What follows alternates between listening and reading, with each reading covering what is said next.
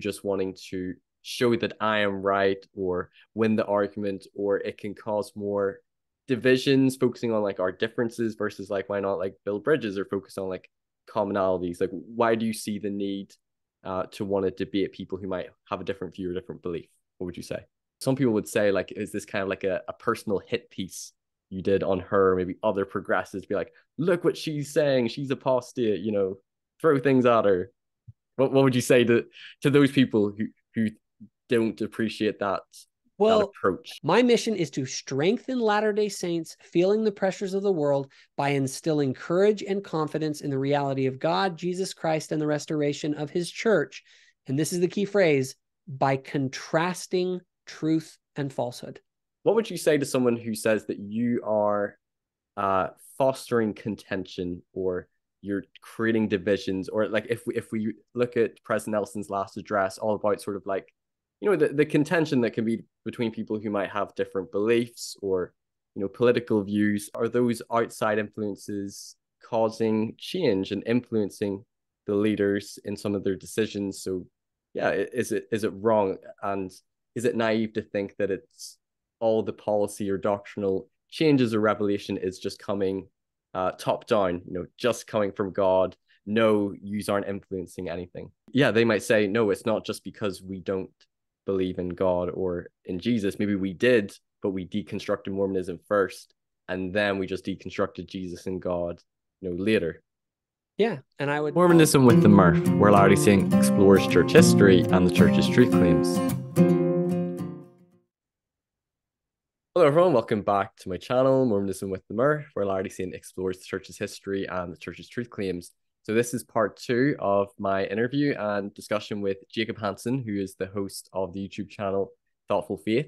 In part 1, we talked about Jacob's story and his faith journey, and he sort of talked about his faith remodeling and sort of like where his views are now and his beliefs. Part 2, we're going to be mostly talking about his YouTube channel, sort of like him creating his channel, the sort of content he's put out, some of the guests, maybe critics that he's interacted with, progressive members, and then we'll maybe talk about his views on certain things as well. So I think this will be a fun and exciting episode.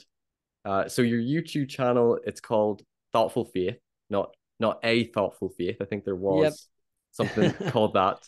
And Yeah, am I right in thinking you started that about what, a year and a half ago? I think it was a few months before I started my channel, and I just hit my year mark. Yeah, I think it was a little over. Well, I had started it, but I didn't really have much to it at all. I think I'd created it a long time ago, but when I actually like launched it really in any kind of a serious way was about a year and a half ago, I think. Okay. So what was sort of like the motivation for starting a YouTube channel? Was it something that you thought about doing for a while? Was it just sort of like a spontaneous thing? And what was sort of the goal or the approach, like your specific niche for your channel? Yeah, so it really, going back to our last conversation, kind of my story, once I had gone through sort of a faith remodeling where I felt like I'd gotten a lot of answers to things, and I began to get to this point where I felt like I wasn't finding a lot of new stuff that was challenging my faith.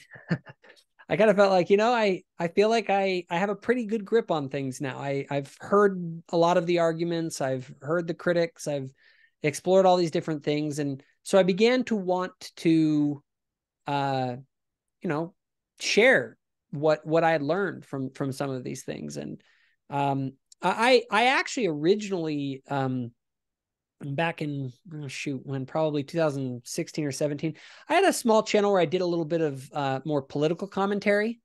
Okay. But was this a YouTube channel?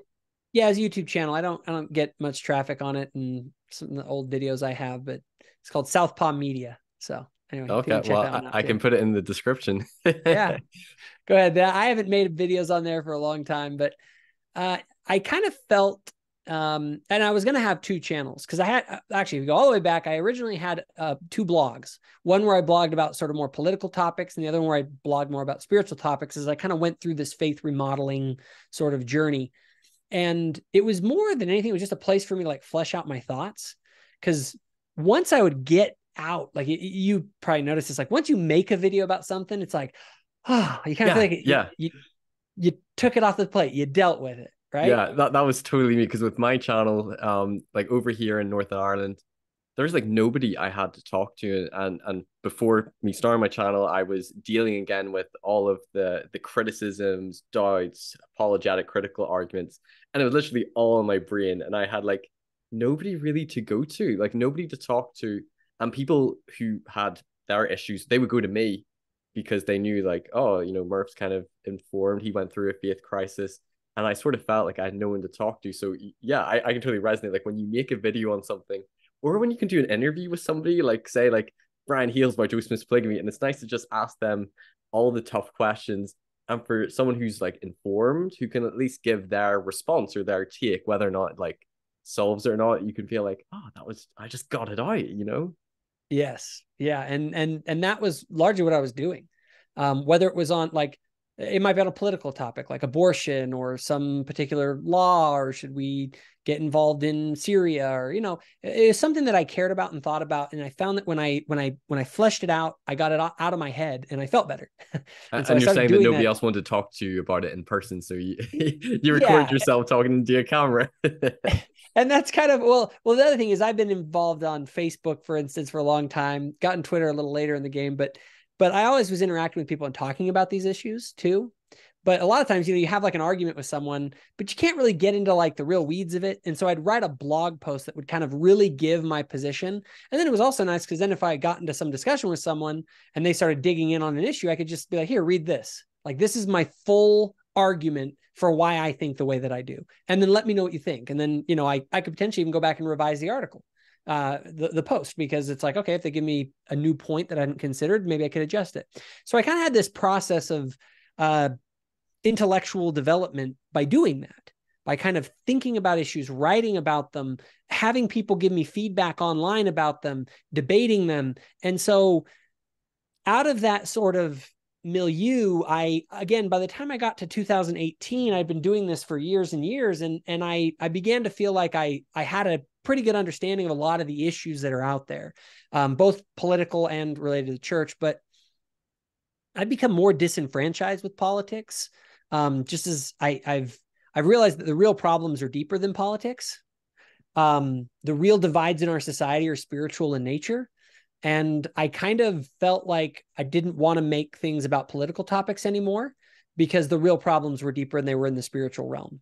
Right, you think that's And underlying yep, the political divide?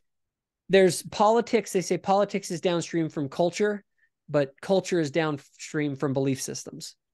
And It's interesting so, because America seems like it's so politically like it's very very polarized, and politically things are going crazy. Because I think over here in my country in Northern Ireland, because of our crazy history with Protestants versus Catholics and all, like the IRA and all the bombings, now I feel like we don't even want to get into politics now. We're like, let's just have peace. Let's not worry about that as well. You get some people more into it, but yeah, I've gotten that impression just as I've been watching more of the sea of things in America. and I feel like even in the US to a certain extent, I think people are beginning to talk less about politics and they are beginning to talk more about things like philosophy. And that's why I think people like Jordan Peterson are blowing up and others, is because there's a certain amount of people that are kind of like, they don't see politics as the solution anymore. And so they're kind of disenfranchised with politics. And so they're starting to look to other sources deeper. And I think I kind of made that move. And then the thing that really kind of, and so I started to make some videos that basically were based off my blog posts that I had done. Right. Didn't really make too many, but I had a weird thing where Hayden Carroll, who was on my show a lot with me, kind of my co-host, I got to know, how did I get to know Hayden? Hayden was in a Facebook group that I was in, but we both lived in Arizona. And Hayden ended up interacting with some guys from the Apologia Church who were out like street contacting and like, getting after Mormons. And he ended up getting invited onto their podcast.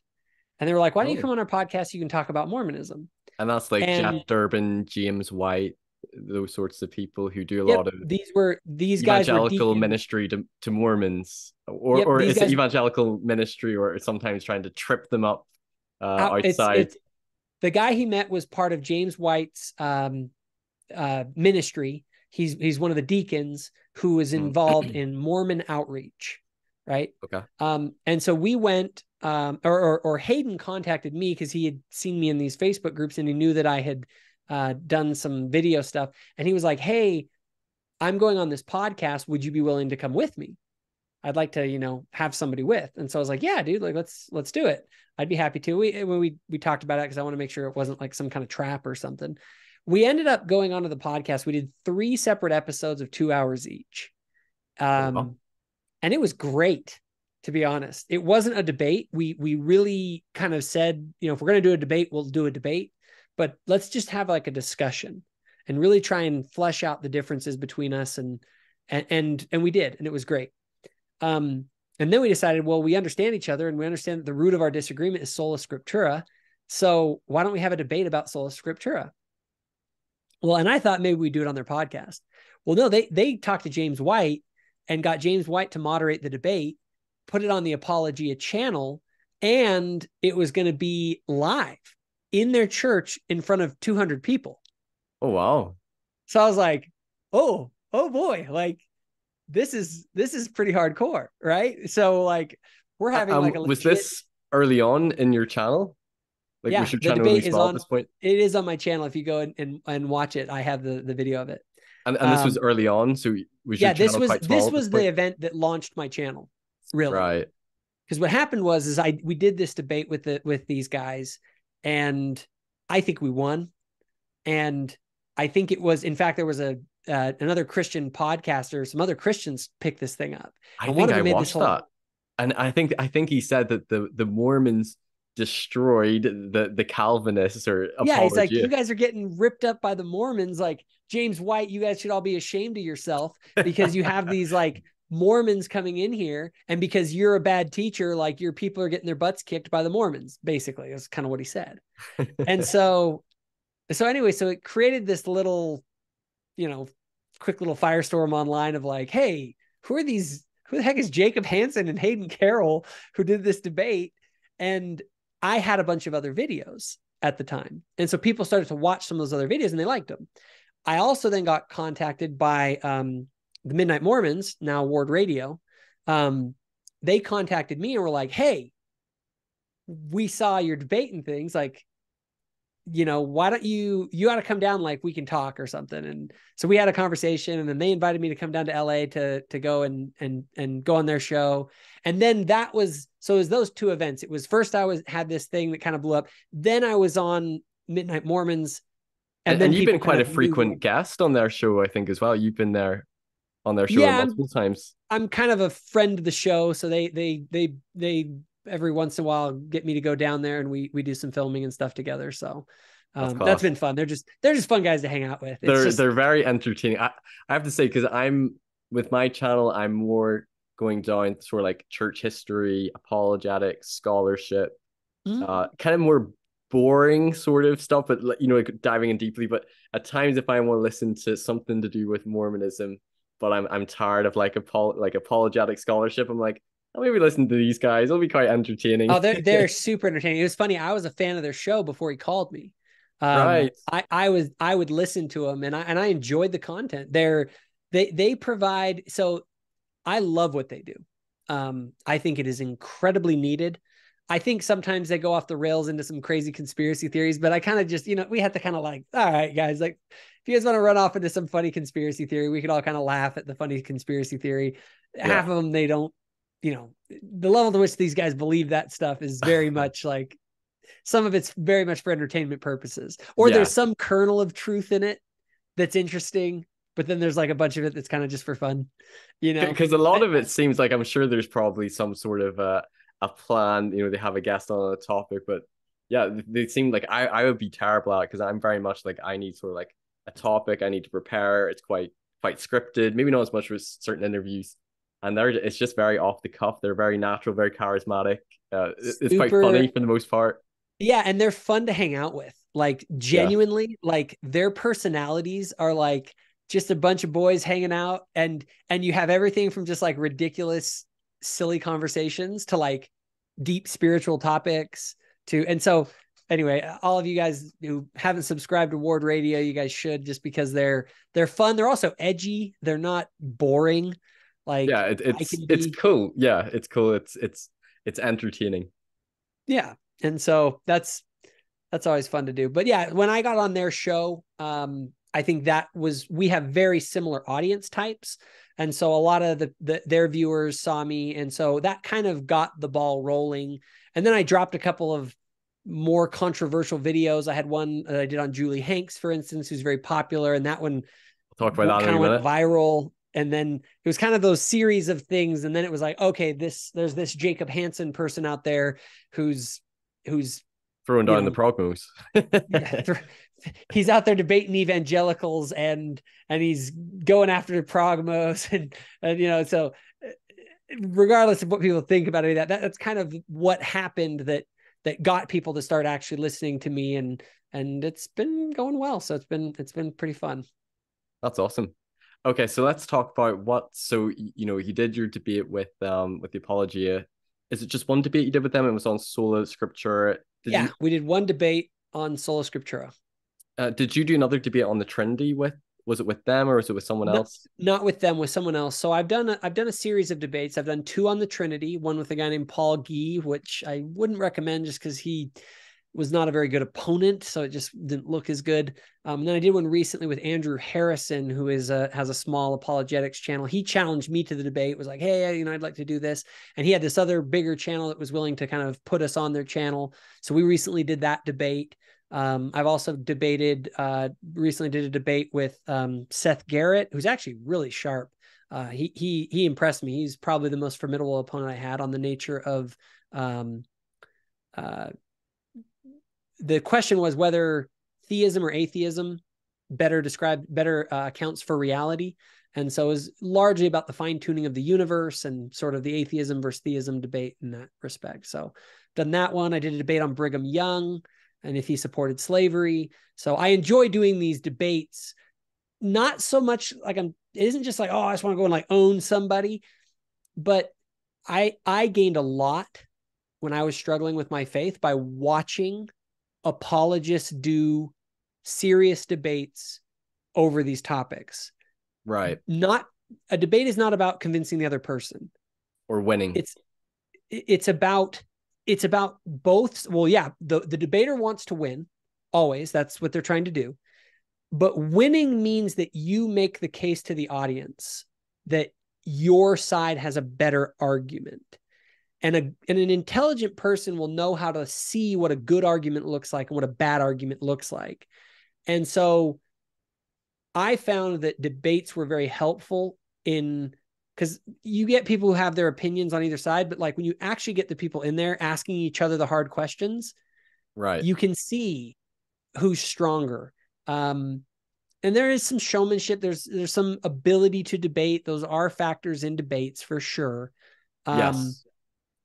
So you got to be careful with it. I don't advise people to debate unless you feel that you're prepared to actually do it. Yes, there's preparation involved. I think some people as well, like I'm not a very combative person. I've never really been, it's not really my personality to debate. So I think some people, probably anyone could debate. Like I remember we did a debate week at my primary school that we did, so I had to teach how to debate, and that was kind of funny. But some people can be quite more gifted at debating and laying forth persuasive arguments, asking good questions, or responding well as well. Yeah, and that's I don't fault anyone who doesn't want to debate per se. Unless you have a very strong opinion, you should be able to defend it. Now, I also think there are other formats for it. So, for instance, well, I guess I'll step back one step. You will learn more doing a debate about the other side than in any other thing, because here's what happens. If I'm debating you on the Trinity, I need to learn everything I can about the Trinity. And not the weak arguments. I need to find out what is the absolute strongest case my opponent could make tonight, and am I ready to address it? Because if I don't, I will get my butt kicked. Oh, yeah. Therefore, you are forced to steelman your opponent's arguments in your research. You have to find the best. And so you learn more about, like, I know all about Sola Scriptura because of that debate. And there are other aspects, because you have, again, the debate, for you will learn more participating in debate than anything. But I also, like I said, you got to be debates where you got to think quick on your feet. That's one of the big challenges. Okay. Yeah. This is where I advise people to do what, and I actually am willing to host these guys if you want to do them on my website, an essay debate. So what you do, you both write an essay, you submit it to me, I post it at the same time. Another opponent, you guys then see each other's things, and then you write like a 1,500 word or whatever the word limit is, another essay responding, and I put them up side by side. And then you guys write a third. So you go 3 rounds where you're responding to each other, but you have a week or 2 weeks or however long you want to do your research, cite your sources, and put them into a persuasive essay. That's another way. You can also do video submission debates. So instead of you doing it all at once, you both make your opening statements, I post the opening statements. You both make your rebuttals, submit them to me, I post the rebuttals. And so that way you can actually be fully prepared, because when someone asks you a hard question on the fly, it can put you in a really awkward spot. Oh, it can. You, I don't know. Exactly. Which doesn't look good in the debate. So there are different ways to do it. And so I'm more like, if people don't like to debate, if you just are fully opposed to having your ideas challenged and having to defend them, I kind of don't have a lot of respect for that. But I do understand that there's a difference between defending your views standing in a live setting where you got to come up with it and you only have 10 minutes to make your case, versus someone who just, I don't want to ever deal with someone asking me hard questions. Right. Yeah. And what would you say to those people? Because I like what you said, that you think debates can have, there's a need for it. You find them helpful. It's a good way of seeing the arguments on both sides. It might help people who are maybe trying to figure out, maybe they're wrestling with an issue, they're torn between two sides, and debates can be necessary. What would you say to those people who might be critical of, like, why do you want to debate people so much?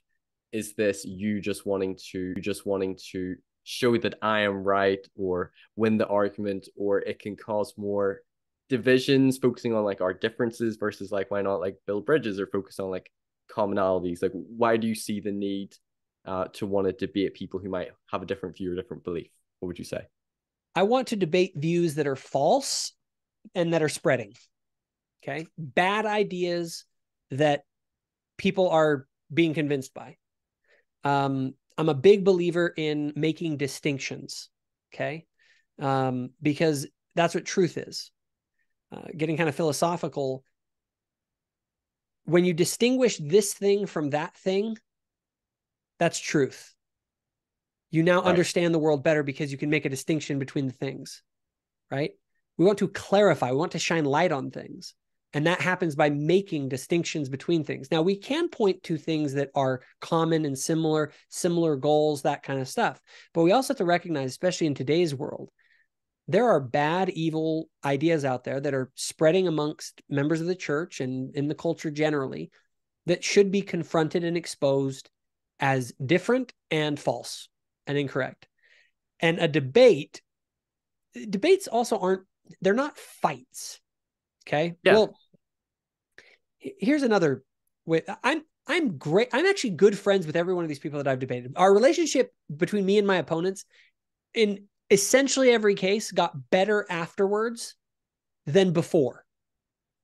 Because there's kind of that thing, you ever hear that the kind of common trope about the two guys who got in a fist fight and then they became friends? Yeah. They have almost more fight. respect for each other. And I think there is something about when you personally meet and interact face to face with someone, you grow a little bit of a bond in the process. And we may still disagree wholeheartedly, the people that I debated with, but there's a level of respect to say, you got in the ring with me. We tried to flesh this out. We both, and the thing is, you're not arguing with each other per se. You have to think of it like being in a courtroom. You have a jury and you're the attorneys, and you're going to say why he's innocent and the other guy's going to say why he's guilty. And you're going to make that case. And then the jury is going to decide, and you're hoping that you can persuade members of the jury to your point of view. And when you have a conflict of ideas, we go online and you have people I always talk about the online debates on like Facebook or Twitter or whatever. That's like a street brawl. Okay. You got somebody who says something, then all of a sudden you got 6 guys who jump in. They all are the other guy's friends. They're all saying how stupid that person is. They're attacking them. And it's like you're getting knifed in a back alley by 6 different people, right? And that happens all the time. These street brawls between people online. A debate is like a boxing match. It's like we're going to have rules. We're going to have only 2 people involved. And you guys are going to combat one another on an even playing field. We're going to limit the use of rhetorical gamesmanship, and you're each going to have equal time. You can't talk over each other. And that will allow you guys to engage in the most healthy way in a genuine competition. And generally speaking, when you get done, just like in, MMA or whatever, most of the time when those guys get up, they shake hands, they pat each other on the back. They have great respect for one another for engaging. Even if they disagree, you can, if you had I had a good debate with Seth, like shake his hand, like, Seth, you did a very good job. Like, this was a challenging debate. We really, we put on a good show for the audience. I think I'm right. You think you're right, but we did it justice. So good on us. And that's awesome. Yeah. No, I think debates as well, they are important, and certainly making a rational argument or a rational defense it is necessary, because some people might say, well, when it comes to the gospel of the church, it's just a spiritual matter and you just spiritually believe and you don't need to engage in apologetics. But first of all, I think there's so many things that would contradict that, like in scripture, revelation, heart and the mind, the glory of God is intelligence, seek out the best books, like. And that statement, just so you know, that statement is an apologetic statement. That's an apologetic stance to say that apologetics aren't needed, because you're defending your faith by saying we don't need to defend it. Yeah, well, yeah, it's purely spiritual. Therefore, it's no rationalism at all. It's fideism, and that's an actual apologetic thing. It's an apologetic tactic. So they're doing. Whenever I see people they hate it who say that, I always feel like, okay, I've got my spiritual testimony. I believe. I don't even need to learn or look at any rational arguments to support. But then I always see it as, well, why do you keep going to church then? Why do you keep studying the scriptures? Why do you keep going to Sunday school to learn more? Because it's all about building upon it, like learning more that can strengthen it. It's not that that will replace the foundation for, but I think if there's evidence or arguments to support that, God wants you to take all that into account, Yeah. Okay, so you brought up Julie Hanks. So I want to get into this because this is maybe controversial. And I can't remember when I first came across your channel, but I know I definitely came across you and was more aware of you when you made the Julie Hanks video. And that caused a lot of controversy. I watched that video and I can't fully remember my initial reaction, but I know a lot of people, some people who are more liberal, more progressive. And what I find interesting about you is I had probably, after coming back to the church, listened and leaned more with that liberal progressive view with regards to the church. And I find you very interesting that you're coming from a more conservative standpoint and showing that what she's saying, whether or not she's right or not, isn't in line with, say, the brethren or the church's doctrine. And you're showing that with what she was saying in some scenarios than what the brethren had said. Making distinctions. Yeah, sure. And by the way, how long did that take you to make that, finding those clips and things? Like, as I watched, I was like, that's quite a lot of work. Like, I don't think I could do that. That one was one that took a little longer. So what I do is I listen to like podcasts and videos all the time. And so what happens is that I have a lot of times I'll note down clips that I hear as I'm listening to things. So I'm driving in my car and I hear something said, I might note it. And once I realized that I'd heard all these things from Julie Hanks that were going on, I started listening to her content. Mm-hmm. And so as I did that, that's when I began to just, take a week, and during this next week, just listen to content as I'm driving around in my car and write down stuff. And sure enough, you have 10 things that she said that are like, whoa, that was, with her, it wasn't that difficult to find things that were pretty different than what the brethren had to say. And then it was fairly simple to just look up conference talks. You can look up certain phrases You know what I mean? If you're talking about garments or whatever, just put in the word garments and search for it. And you can search for all the conference talks that mention it. And it's not that hard to find things that contradict what she was saying. So it didn't take as much work as you might think. Okay.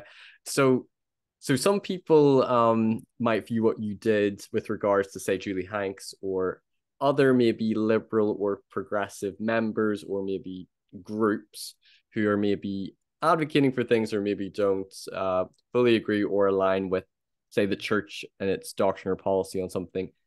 Some people thought that, you're sort of taking out maybe some, things she said, maybe she misspoke, almost like a highlight of like her worst moments, and it's almost making her look really bad, almost like it was a personal attack on Julie. No, I didn't view it that way, because I viewed it as you're comparing what she's saying with what the brethren are saying. I think that was your intent, and that you weren't personally going after. As I've listened to you, it's more you're challenging her ideas and wanting to highlight that this isn't in line with what the brethren are saying, whether or not she's right or wrong. But some people would say, like, is this kind of like a personal hit piece you did on her? Maybe other progressives be like, look what she's saying, she's apostate, throw things at her. What would you say to those people who don't appreciate that Well, approach? well, the first thing I would want to know is what are the specific thing that I misrepresent. I said in the video, like, if this is misrepresented, like, let me know, like, what specifically is. The thing is that what I did is I took clips of things that she does talk about regularly, and they do contradict what the brethren say, and what the church teaches. And so we need to be aware of what I did. It more than anything was to raise awareness. Like, if I have just some person out there that says something crazy, like, so what? Your average person doesn't have 100,000 followers on Instagram. Okay. And so I knew that I actually got made aware of Julie Hanks because I found out that my sister, who had left the church, one of the people that she was following at the time that she left the church was Julie Hanks. And Right. so it was kind of like, when I looked at what Julie was talking about, it was kind of like, these are the same things I'm kind of like hearing my sister say, to attack the church. And so I had a certain level of interest just on a personal level there. I'm willing to attach a person's name to their ideas that they're putting out if they're a big figure. Okay. If you're a public figure and you're saying things that aren't true, you can have your name attached to the fact that you're saying things that aren't true, because there are people that big figures have a level of Influence. influence and trust that people place in them. Like, this is a big person. This is a licensed therapist, Dr. Julie Hanks, and she has 100,000 followers, and she's a faithful Latter-day Saint. What she's saying must be credible. And so I want to show that if you are a public figure who has built that credibility, that maybe there are reasons to question that credibility when you compare it with what the brethren say. And so I don't see that as necessarily as a personal hit piece. Like, I'm not like saying, she's ugly and stupid and nah, nah, nah.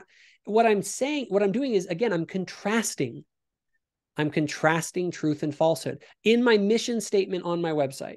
Okay, I'll actually read it here. It says, my mission is to strengthen Latter-day Saints feeling the pressures of the world by instilling courage and confidence in the reality of God, Jesus Christ, and the restoration of his church.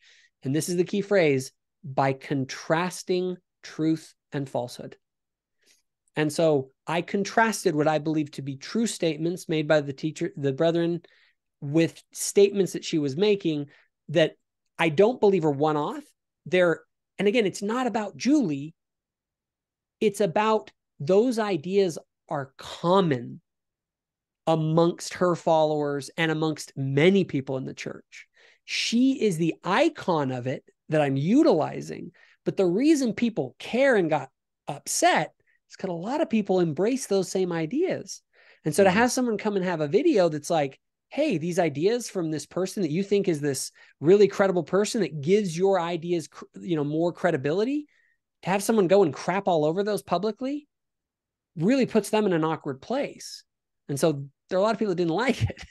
No, and that video, it caused me to self-reflect, and that prompted us to have our discussion, because I was sort of contemplating, okay, I understood your point. Whether or not if she's right or not what she's advocating, you show that she's not in line with what the brethren, what their position would be on certain matters.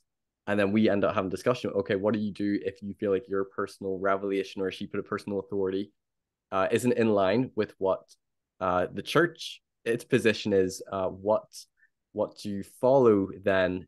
And that can be tough, particularly if people feel like they might disagree with the church over things. For example, I remember I mentioned to you in our video, and I don't really publicly go about saying this, but I personally struggle with the word of wisdom, not so much the temptation.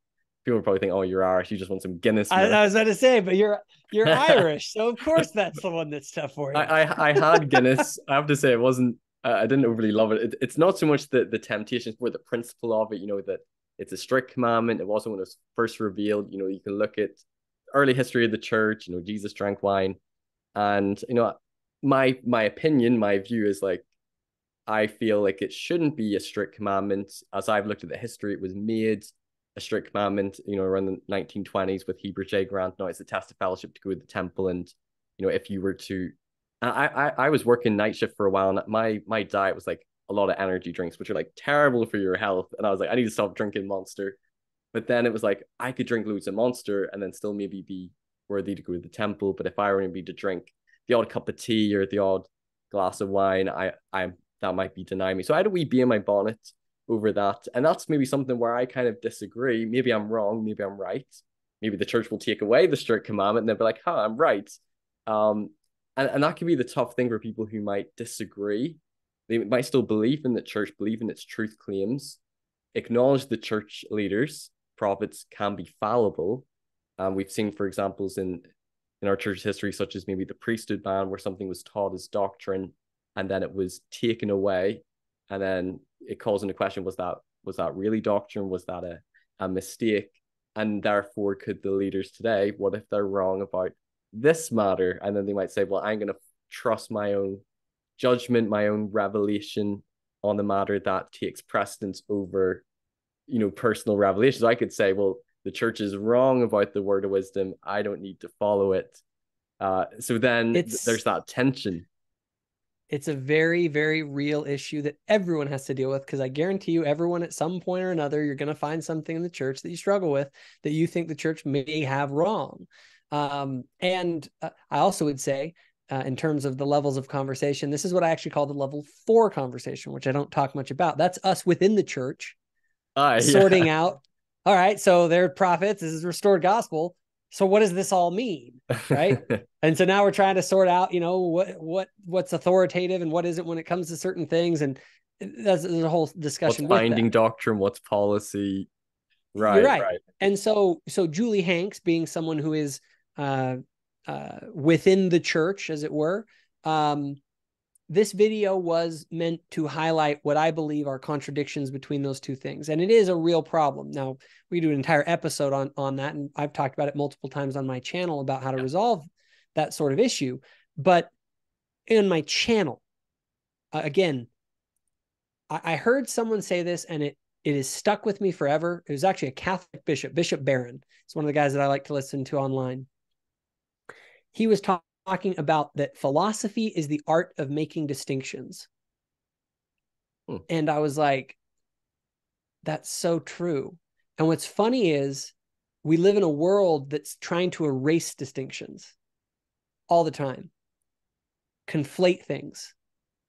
You know, men and women, you know, there's no difference there, right? Like gender, blur all these lines, and it just things get really messy and nuanced, and it's just, but if we want to get to the truth, we actually need to make the distinctions and clarify things so that people understand what's going on, and it helps reduce the confusion that we see.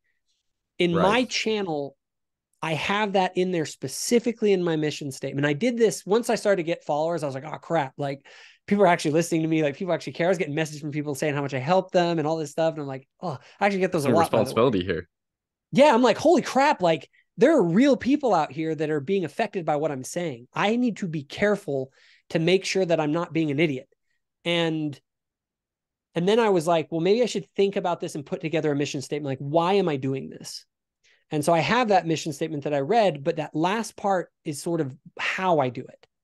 Not just why I do it or what I'm trying to do, but how am I going to do this? And I'm really big on the contrast between the truth and the falsehood, because that contrast, diamonds shine brightest against a black background. So when you compare, like, Christianity seems crazy until you look at every other worldview. You know, theism sounds nuts until you really dig down into the rabbit hole of atheism.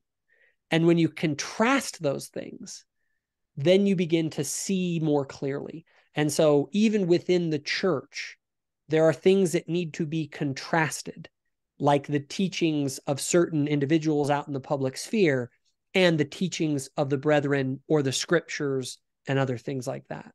And it Right. offends people because people don't like to be publicly contradicted. But when you're in the public sphere, Oh yeah, you're gonna get held up to scrutiny. and you should be, you are publicly out doing these things. So there's a scripture in Doctrinal Covenants that says basically if somebody sins privately, it should be handled privately. If they sin publicly, like, they should repent publicly. Like, it needs to be rectified in that way. And I'm not taking on the role of a judge in Israel on these matters. My only role is to, again, contrast truth and falsehood on my channel. And that's what I try and do as much as I can. And you'll notice that I don't just go preach a sermon. I preach, I give this versus this. Not just, hey, here's nice fluffy stuff that you like. You got to talk about the shadow, because that contrast is what creates things that are really powerful and interesting, that really allow you to see it better. And so much of the content right now that are put out by so many people is just soft, fluffy bullcrap with no solid contrast of Babylon versus Zion. And I just get like, barf. So lame. Okay, so what would you say to those people? And I fully understand what you're doing. As I've listened to you, um, I think that you tend to engage mostly with people's ideas and arguments, and I feel like you don't actually personally go after people. Although people will claim that you do. As I've listened to you, it seems more apparent to me that you're more going after their ideology, their arguments, and it might seem divisive because you're contrasting, as you put it, truth from error, or what you believe, your views with their views. What would you say to someone who says that you are fostering contention, or you're creating divisions, or like if we look at President Nelson's last address, all about sort of like the contention that can be between people who might have different beliefs or political views, and that there can be a lot of attacks, verbal attacks, people fighting amongst each other, and some people might feel, is your approach, is it creating more contention, more divisions in the church than helping to resolve or build bridges? What would be your response to that? Well, I made a whole video about this subject, and specifically President Nelson's address. First of all, the idea of contention, there's scriptures that say to avoid. Actually, what's funny is that people say contention is of the devil, and that's kind of what they quote, but they're actually misquoting. The scripture is actually the spirit of contention is of the devil. Is that Jesus when he's with the Nephites? Yes. Yeah. Jesus, when he's with the Nephites, he says the spirit of contention. Is there a difference between contention and the spirit of contention? Well, there must be, because in the Doctrine and Covenants, it literally tells us to contend. Jude literally use the word contend for the faith. Like, we're told, like, do you not think contention is going to arise when, like, Jesus was crucified? He wasn't crucified because he went around and was just like, hey, I'm just building bridges with everybody, bros. Like, I'm just like the big bridge builder. No, they crucified him because he said things. He contrasted the truth with the falsehood, and that pisses people off. He said, I came not to bring peace, but a sword. President Nelson in that talk said, he said, I'm not calling for peace at any price. Okay. And he's right. President Nelson himself in a few years back, you go and I showed those in the video that I made where President Nelson says sometimes love requires courageous confrontation. Okay. So anyone who's going down this, oh, it's contentious, therefore we just run away from it, you don't understand the gospel. And in fact, you deny the gospel. You're veiling your cowardice as virtue. Okay. Now, on the other side, okay, because you don't go too crazy in one direction here. You don't need to be unnecessarily contentious. You should not attack people personally, right? You should not, call them names. And I'm not saying I'm perfect in all respects. Maybe I do go too far occasionally, and people need to call me out on it. That's fine.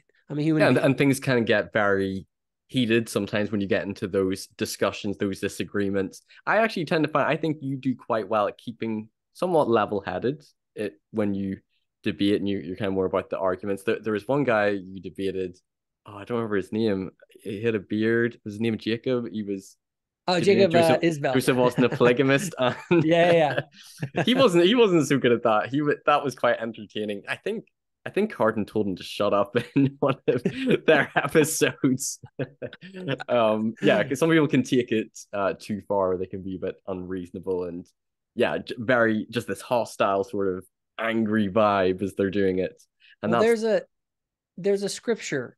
Jesus said, "Be wise as serpents, but harmless as doves." Yes, I've thought about that. I don't want to harm anyone. I'm not trying to hurt you, but I am trying to contradict you. And I am trying to make the case that this is wrong, what you're teaching. And that not only, and it shouldn't be passionless. Like, these things are actually seriously harmful sometimes. And ideas have enormous consequences. Mm-hmm. Ideas are the reasons that millions of people died in the 20th century when they had no business dying. Ideas are dangerous things. And so they should be looked at like a virus. And there's good viruses, let's say, and bad viruses. And if you don't do anything to stop the bad viruses and to promote the good ones, ideas spread. Good ideas spread and bad ideas spread. And Latter-day Saints of all people should be the ones who are in the world championing truth. On my website, it actually says here, it's funny, and I didn't actually plan this. This is actually made before President Nelson's address. Doctrine and Covenants 112.5 says, "Contend thou, therefore." Contend. He's saying, contend for this. "Contend thou, therefore, morning by morning and day after day. Let thy warning voice go forth. And when the night cometh, let not the inhabitants of the earth slumber because of thy speech." That's some strong language. Oh. And it made me think about it because I've been reading recently, in the New Testament about Paul, and Paul's very zealous. I know I read a scripture about him contending with, some of the Jews, trying to persuade them, that Jesus is the Christ from the Bible, and that he was probably engaging in debates or contending with them, maybe not in a contentious way, but that's part of sort of defending the faith and sharing the gospel. That's an inevitable part because people are going to have different views, right? So did Jesus. So did Jeremiah. So did Moses. So did Parley P. Pratt. Orson Pratt did a debate in the tabernacle at the temple or in Salt Lake City in the 1840s against like one of the biggest names in evangelical Christianity on the subject of polygamy. Like, I agree that there is a spirit of contention that is wrong, and I see that. But there's a difference between a spirit of contention and just what naturally is going to result, which is contention over the truth. Right. Right. Because how do we avoid that spirit of contention? Because some person might think, like, do you just wake up, Jacob, and you have a dartboard and a picture of all these different prog moves on there? You got Jim Bennett, Julie Hanks, Jackson Washburn, Faith Matters, and you throw a dart, like, Julie Hanks, I'm going after you today. Jim Bennett, let's discuss the family proclamation. It's funny. I can genuinely tell you, on a spiritual level, I hold no contention in my heart towards these people, no animosity, no hatred, no. Okay, if I occasionally get a little upset about something, maybe frustration or angry a little bit for a minute, I hold nothing against them. I've Right. gone to, I went and one of the first people I met in sort of the online media group, sphere online, I went and had lunch with Jackson Washburn in Arizona when, before I even started my channel. And me and Jackson had gone back and forth. I'm good friends with people that I disagree with. My Right. brother and I are like a polar opposite. The guy's an anti-Mormon channel, yet I can go and like me and my brother are very close. Yeah, So yeah. you don't need you can contend without being contentious. Um, I and agree. it can get personal. It will to some extent, but we have to resist that temptation to turn an interlocutor into an enemy. And if Right. I offer a sharp critique with Julie Hanks, I'd like to talk with her. Like, come Yeah. on and talk. Be my friend. I'll be your friend, Julie. Like, I don't have anything against you, but I am going to go online and say these things that you're saying are wrong. And if she personally wants to be offended by that, that's fine. I'm sorry, but like, I can't ignore this. And I'm not, and I make this distinction all the time because it's so important. There's a difference between public advocacy and private ministry. Okay. When I'm online and when we're having conversations like this isn't about ultimately, it's not about you per se, Stephen. This is about the audience. If we were debating, I know I'm not going to convince you. I'm not ministering to you. This isn't ministry. Right. There are people watching. And you and I know that we have watched others have conversations that have impacted us deeply. Because when someone's talking directly into your eyes at your face, your defensive walls are all going crazy. But if you're watching people as a third party observer, you're much more willing to listen to what they have to say and say, I think he might be right about this or that. Yep. And so if you want to directly influence someone, like if I wanted to directly influence Julie Hanks, I wouldn't make a video like that. Of course not. I'd sit down with her and I'd become very curious. I'd ask her about how she, and it'd be a very different thing. In fact, I don't know that I would preach at all to her. It's primarily about relationship. Like the gospel is preached without words to those that you're privately ministering to. But what I'm doing online isn't private ministry, it's public advocacy. I'm Right. advocating for the church to give to, again, like I say in my mission statement, to strengthen Latter-day Saints who are watching, who feel beaten up by the world and feel like nobody is standing up for the faith. Like that's what I'm doing online. And those are very different worlds. In fact, people in my ward, it's funny, if you were to like meet people in my ward, they'd kind of be like, but he's so nice. Like Brother Hansen's like super cool guy, like really chill and like He's not that controversial at church. He's not like combative. not at all. Like may I make some long comments in elders quorum or something, but the people who know me, because those are the people I'm actually ministering to. Like, and I know I learned a long time ago, like you don't argue anyone into anything ever. No. Like, but if you and I are arguing and people are watching, people might be convinced. And people will and are influenced by what they watch, by the content that you put out. And I remember in my early videos, I got absolutely hammered by this. It was a apologetic Facebook group. And it was a video I did about, were there revivals in 1820. And I went to, I think, the CS ladder, maybe ladder for my wife. Then I went to Fair Mormon. And I just, it was very shallow research. I put together the video and I kind of thought, hey, this is kind of fair and balanced.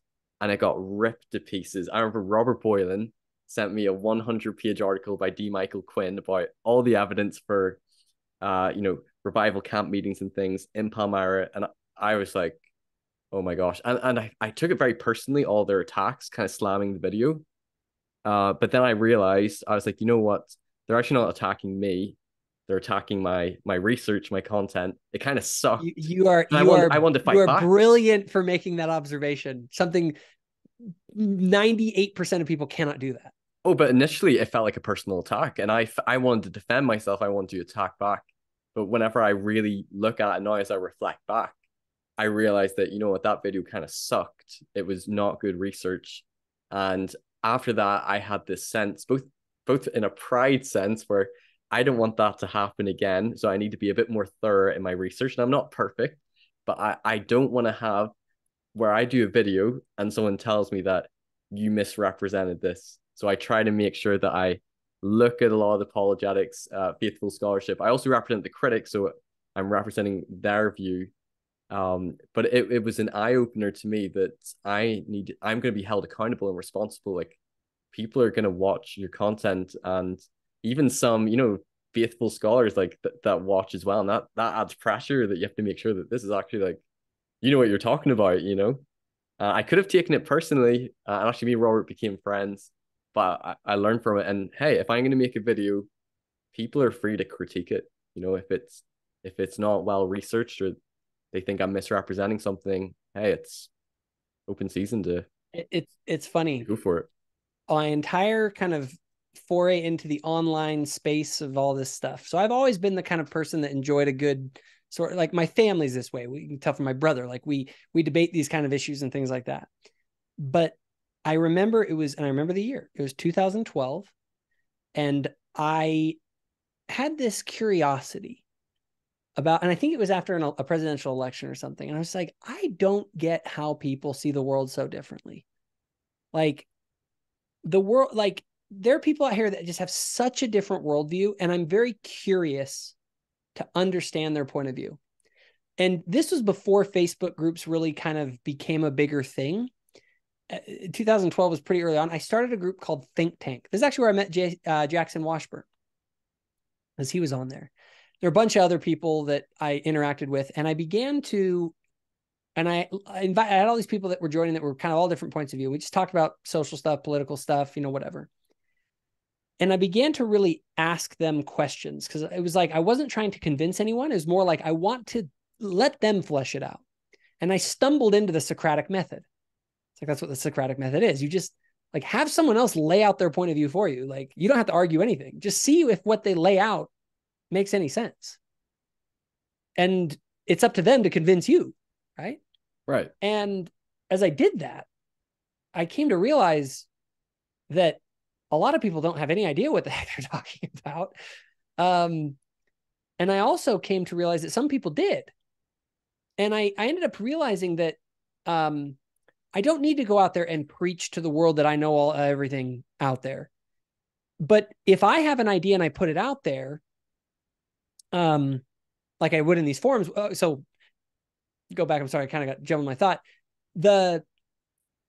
I would critique their arguments. But then I realized I could put forth my own arguments out there on these forums, and I could allow other people to critique it. And to this day, I do this in my Facebook group that I have. And I like, one of the reasons I make the videos or the blogs and things is to see if people can knock it down.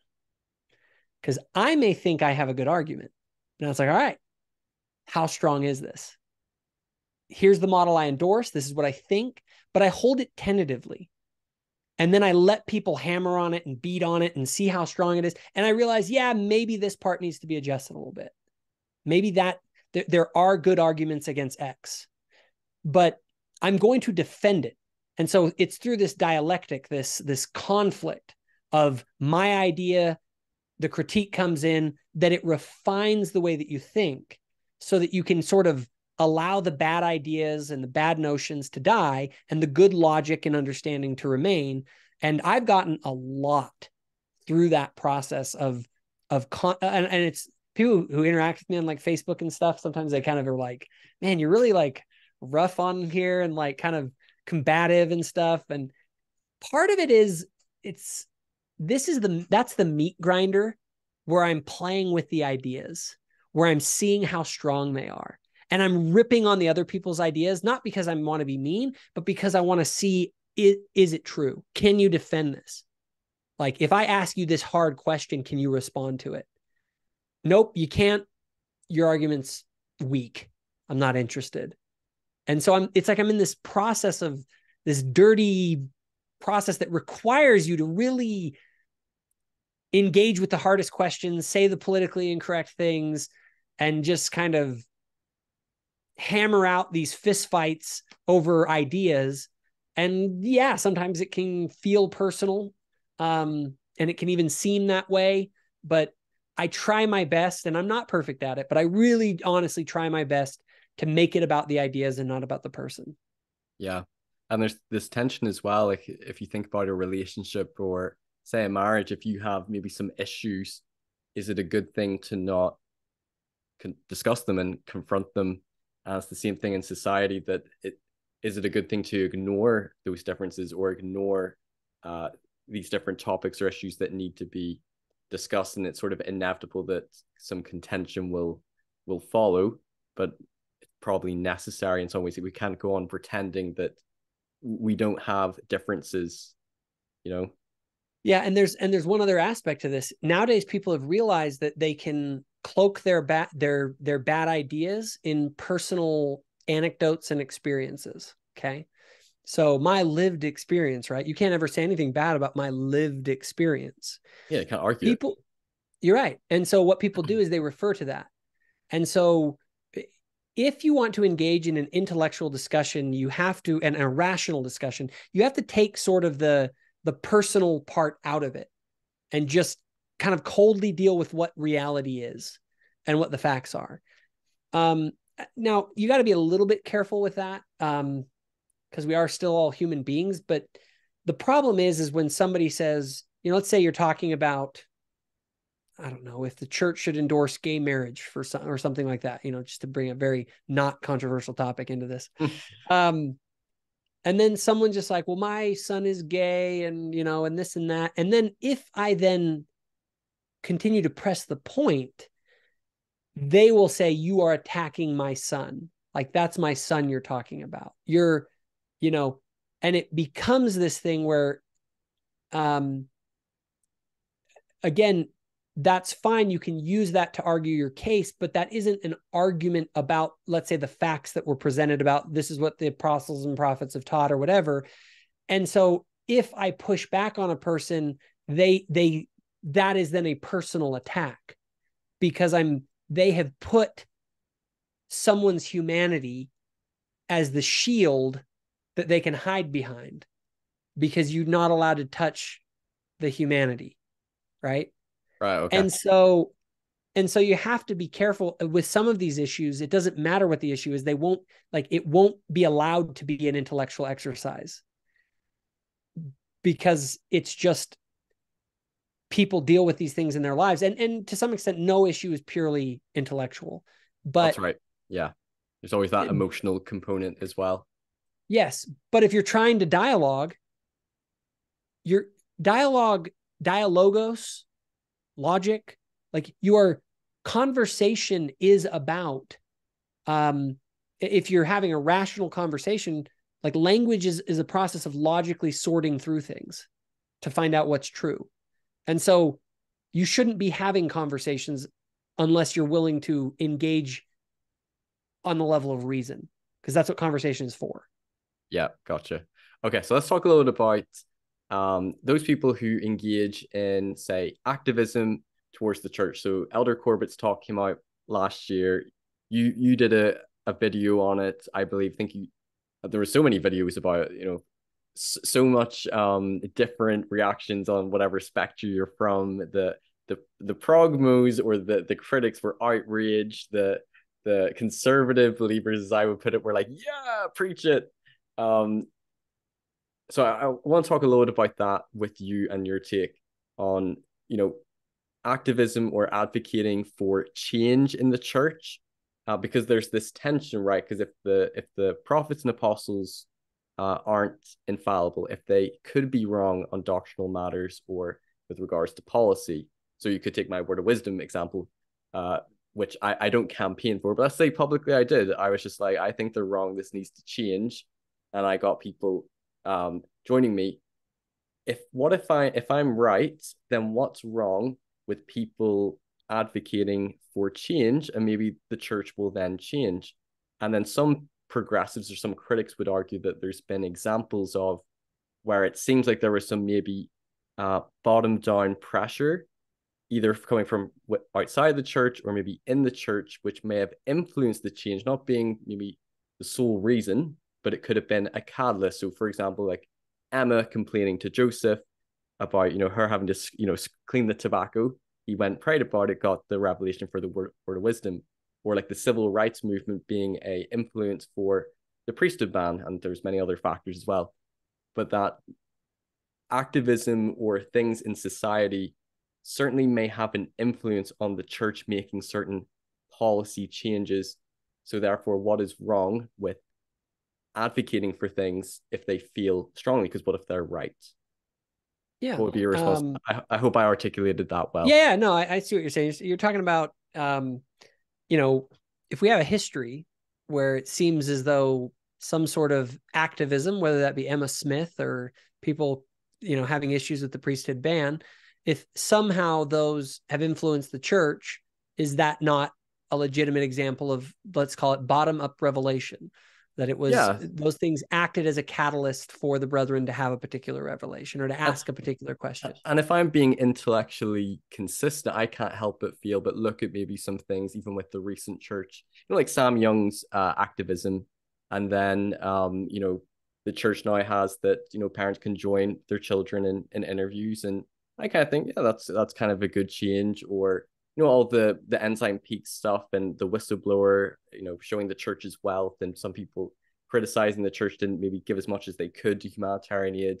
And then I believe in 2022 they donated quite a considerable increase. And some people might say that are those outside influences causing change and influencing the leaders in some of their decisions? So yeah, is it wrong, and is it naive to think that it's all the policy or doctrinal changes or revelation is just coming top down, just coming from God? No, yous aren't influencing anything. No, those are very, very salient points. However, I would ask this question about it.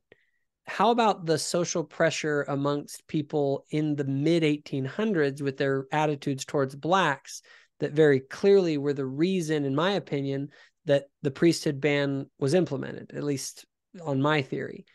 One of the things we assume that this outside pressure is producing the right change. Right. Where Okay. I think if we look at our history, the priesthood ban, if I were to point a gun at my head of why it existed, it was social pressure of the day. It was the attitudes of the culture. So there seems to be sort of a presupposition that, oh, well, if everybody wants it, it must be right, where that's not necessarily the case. So it is, in fact, the church was in its earliest days sort of fighting against the social pressures of the slave culture of that day. And anyway, there's a lot that can be said about that. But the other thing is this. Change, and Elder Corbett talked about this. If you're working within the church by working within the priesthood channels to counsel with leaders, like we do believe in councils in the church. That's like right. A good bishop will counsel with the members of his ward. A good 70 will counsel with his stake presidents and with the people above him. So there's an above and a below counseling that's going on. There's a dialogue that's happening within the church itself on all of these issues. The problem is when people go outside of the house, right, to gather the mob to come and bang on the doors of the house. That's where you've gone outside of the structure. The problem with that, it's interesting. There's an example in church history. That's the difference between having legitimate maybe disagreements or a different view, and you want to relate and articulate that through the correct procedures versus going outside of the appropriate channels, and you're engaging in public campaigning or showing that you are disagreeing with them publicly in a way that might undermine their authority or their credibility. Yeah. I mean, here's an example. And there are different ways. I mean, you could talk to your bishop about it, right? You could do that and talk about how you think that the the word of wisdom is misguided. Now he may be like, oh, brother, like that's okay. But if you have enough members of the church who are talking to their bishops about that, the bishops might be talking to the stake presidents talk to 70, and you're right, there can be. And I think, but again, these have to be discussions about what's true. Okay. So if you and I, for instance, were to have a debate on our channels right here, right now, about the subject of is the word of wisdom, should it be by commandment or in constraint, or should it be, just a word of wisdom, right? Right. And we were to have that conversation, and we're trying to get to the truth. We both sustain the brethren. This is a topic that we both think a particular way about. We're trying to sort it out. I wouldn't see that as activism. It's us trying to sort through things. We're having conversations. We're dialoguing with each other. But when people clearly are just, they have an agenda, they have an opinion, and they're trying their best, and the brethren clearly have a different opinion, and they're trying to convince members to agitate against it, that is a problem, in my opinion, because it threatens the institutional integrity of the church, and it causes the members, you have to at some point know what call is going to be made. So for instance, to use your word of wisdom example, you also recognize that it isn't your call to make. Yes. You may disagree with the call, but you can say, the brethren get to make this call. At the end of the day, I'll let them do it. That's why I'm not out publicly agitating for my position. And I also claim no spiritual revelation with regards to it. Yeah, it's your opinion about it. Yeah, my opinion, my logical brain as I've looked at it and rationally thought about it. Yeah. And the thing is so there is a line between, and I'm not going to say it's perfectly clear in all cases. Okay. There's levels to this. And that's where the judges in Israel, I think, have to do their job of evaluating, is this apostasy behavior, like Sam Young out there in front of church office building with thousands of people and basically giving the impression that the church doesn't care about people? Or is this members of the church are, communicating to their leaders that they're very concerned about X, Y, or Z, right? And so even if it produces the right change, did you do it in the right way? Because ultimately, you're not judged on if the church has its right policies. You're judged on if you did your part. So for instance, if I think that there's a member of my ward that's doing something that's wrong, my part isn't to be all upset if they're not excommunicated, but I do have a role as a witness to maybe let my bishop know about something that I'm seeing that isn't right. Someone who's maybe someone's breaking the rules when it comes to the youth and being one-on-one. And maybe that's a concern that I have. And so, but then at the end of the day, I have to leave it alone. Like I have a stewardship. Right? Yeah. And when you break down the structure of stewardship within the church, you get Protestantism. That's the problem. If the show is ultimately really being run by the people at the bottom, well, then we're Protestants. And we can all just, that's what holds us together, is this structure of authority. And so you have to be careful. You can talk about issues. I'd be very careful, though, about agitating against the brethren. There are things, I have a video, in fact, that I'm debating if I'm even going to release, because it tends to be more critical of things that are going on within the church. But I'm hesitant because I'm like, I've been thinking maybe I'll make the video and then only send it to certain church leaders and things like that. Maybe even ask their opinion of, can I release this? Like, what do you think? And that is, but think of the military. In the military, your commander may not make the right decision, but you can't challenge him. You can't say you're like, why? Why is the military not run where the soldiers on the field vote and they make all the decisions on what we do? Because it's not that type of an institution. The church isn't that type of an institution. And in order to maintain a top-down structure, If you're going to be a Latter-day Saint, like, I'm sorry, that's a requirement. The bottom-up structure, that's the Protestant movement. So if we're going to maintain a top-down structure of authority, then we have to maintain that structure. And so there has to be lines. Yeah. And so I tend to, I don't advocate for people to be excommunicated. That's not what I'm doing in my videos. But people are going to see when someone is publicly and consistently speaking out against our church's doctrine and advocating for, and the thing is though, you get the like, well, I'm not advocating for any, it's like, yes, you are. Okay. Like Papa Osler, I'm sorry. Like, there is nothing you want more than for the church to change its position. And the disingenuousness of some of these people, it drives me nuts. Because that's the other thing I can't stand. They're you would rather them just be clear about just their say it. motives, their goals. Yes. Just be open about it. That's the thing that bugs me, this constant hiding of the ball. It's dishonest. And that's what bugs me. I don't care. Like, you can believe whatever the heck you want, but quit lying and acting like you're not. It's just straight up dishonesty. It's so clear. It is so clear with some people, like Richard Osler, Papa Osler. He's in his book, he's like, he has a whole chapter where he talks about how, like, well, the priesthood ban changed, and I like to think that we're an ongoing restoration, and it's these things change over time, and no, but I'm not advocating for change. It's like, oh, really? Like, it kind of seems like what you're talking about is that, like, it would be the greatest day of his life. All of his prayers would be answered the day that gay people can get sealed in the temple. Like, why won't he just be honest about it? I'll tell you what I think, dude. Like, I'll tell you what I think. But they won't. And that's what bugs me. Mm. Okay, so and I feel want to talk about go ahead. Sorry, go ahead. Gay marriage and the family proclamation next, but I want to come back to your point I had in my head, and it was about ex-Mormons or critics. They quote quite a lot.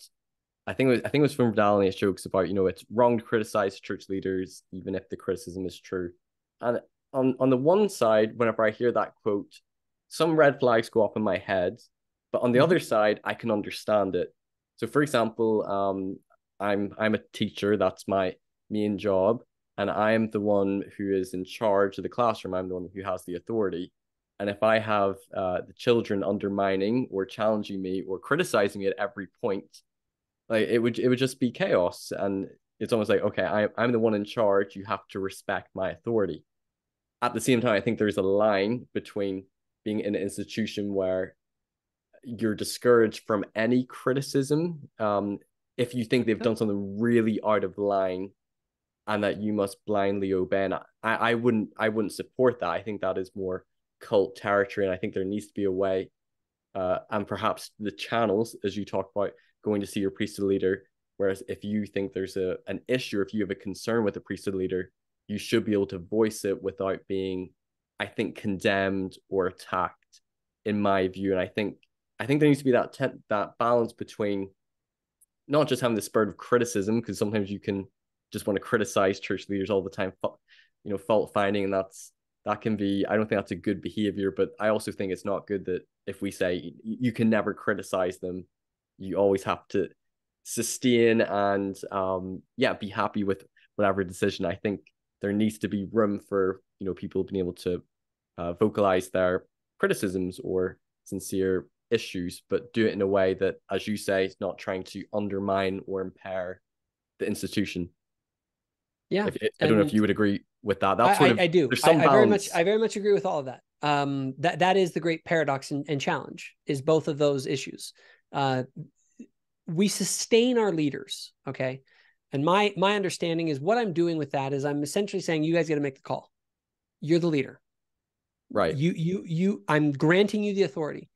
Now, I also believe I would not sustain I will stop sustaining the brethren or any church leader if I believe that they truly are no longer worthy of my sustaining. Right. But as long as you sustain them, you're saying, I'm letting you make the call. One thing is, you de facto are not sustaining the brethren at some point. You can go and raise your hand and say, I sustain you. And then you go out and attack everything that they do, and you say the brethren are wrong on all these issues and all that, and it's like it kind of seems like you're not sustaining them but that's if you go outside of the channel, right? But there are lines, because you're right, you do want to have, you can sustain someone that you disagree with, but the moment that you begin to advocate that, hey, this guy's wrong, you start to get into this territory that begins to erode the structure. And I leave it to the judges in Israel of the church, the bishops, with the understanding what apostasy is, to make the judgment calls on those lines. Because the problem is that you begin to get factions within the church. I hate talking about progmos, conservative Mormons, and that kind of stuff. Like, I don't like to do that, because at the end of the day, none of that matters. Those are stupid labels. What matters is X aligned with Christ or not? And that's the discussion we should have. And then, but there's a separate thing between saying, what is the official position of the church? Because if the official position of the church is X, and we think that X is not aligned with Christ, we should have a discussion about that. We can do that. We do it all the time. But at some point, it crosses that line into where I don't think you're sustaining the leaders. But exactly pinpointing that, again, Yeah, that's kind of the judgment say call when the that has line to be is made. crossed. Yeah, it's not always perfectly easy. You kind of have to take it on case by case. Right. Okay, let's talk a wee bit about your view on the church position on marriage, family proclamation, and those people who advocate for, LGBT or for gay marriage. So you had a discussion recently with Jim Bennett. I was on holiday, actually. That was one of the only podcasts I listened to while in Italy. But whenever I saw that, I was like, oh, I can't miss this. First of all, what were your reactions to that video? I love Jim. I have huge amounts of respect for Jim. We've spent 7+ hours going through his CS letter, and I do respect him for his views on that topic. I can see where he's coming from, and what I really admire about Jim is I think he's a very genuine person, very real. He's a believer and he defends the church, but I also don't see him as an apologist who tries to defend at all costs, so to speak. And at times he can, state his frustrations, and I really like him. I really like the guy. What? Why did you want to have the discussion? Was it a discussion or a debate? I think it was just a discussion, wasn't it? It was a discussion, but it definitely got more into debate territory. Oh, it was. I would admit it was very entertaining by the end. But why did you want to have the conversation with Jim, and how do you feel the conversation went? Well,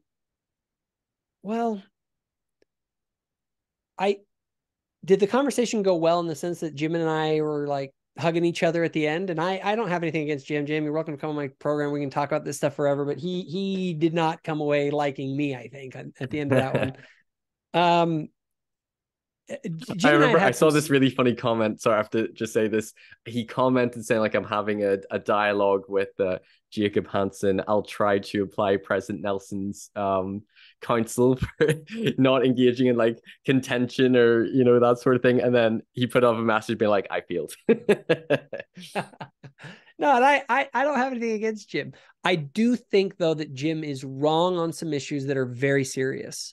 And that because Jim is someone that so many people respect, that's the reason it's concerning, right?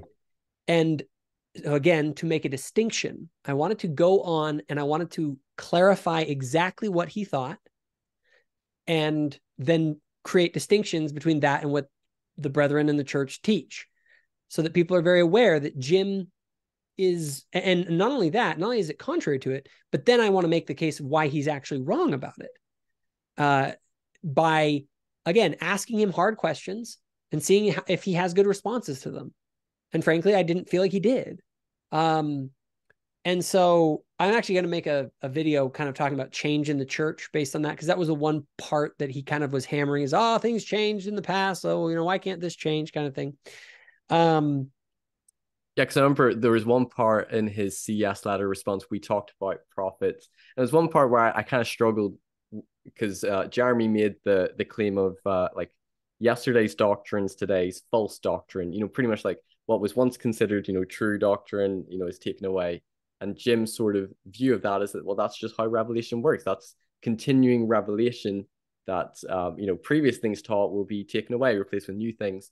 And I sort of said to him, like, I struggle with that because I would view continuing revelation as, yes, further light and knowledge, more things revealed. And yes, maybe some things can change. But I sort of said to him, but if something's stated as like, eternal or, this cannot change, and then it changes, is it continuing revelation, or is it changing something which, was already once considered, unchangeable doctrine? Truth doesn't change. That's literally what truth Exactly. is. By Yeah. definition, truth is that which does not change. Yes. So I agree.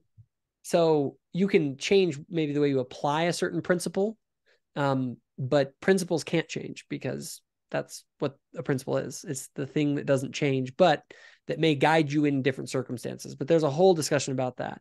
With Jim, though, in particular, so Jim is a very common thing that we're seeing amongst the membership. And I wanted to highlight in that conversation that there are two camps in the church, and we should all be aware of it. And this is the rift that is going to damage the church more than anything else.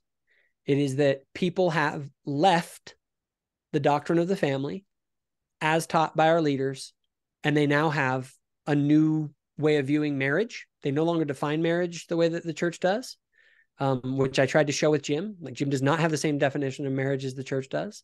They've redefined marriage. They've redefined gender. There are new terms now that are being used to control the way these conversations even happen. Like, I don't like to use LGBTQIA, whatever, or even LGBTQ. I just like to say same-sex attraction, gender dysphoria. Like, that's it. The rest of that stuff is not there. So there's all sorts of changes to this entire thing. And if we as members of the church, one of two things are going to happen. Either this divide is going to eventually cause the church to have a revelation, and then they're going to all of a sudden have gay ceilings in temples, in which case, in my mind, that would just show the church to be a fraud. Or the church isn't going to change its position, which is, I think, is what will happen.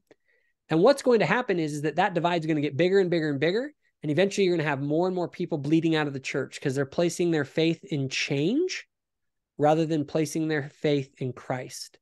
And there are a lot of members. And so people will say, well, I'm helping people stay in the church. And I say, yeah, under false pretenses.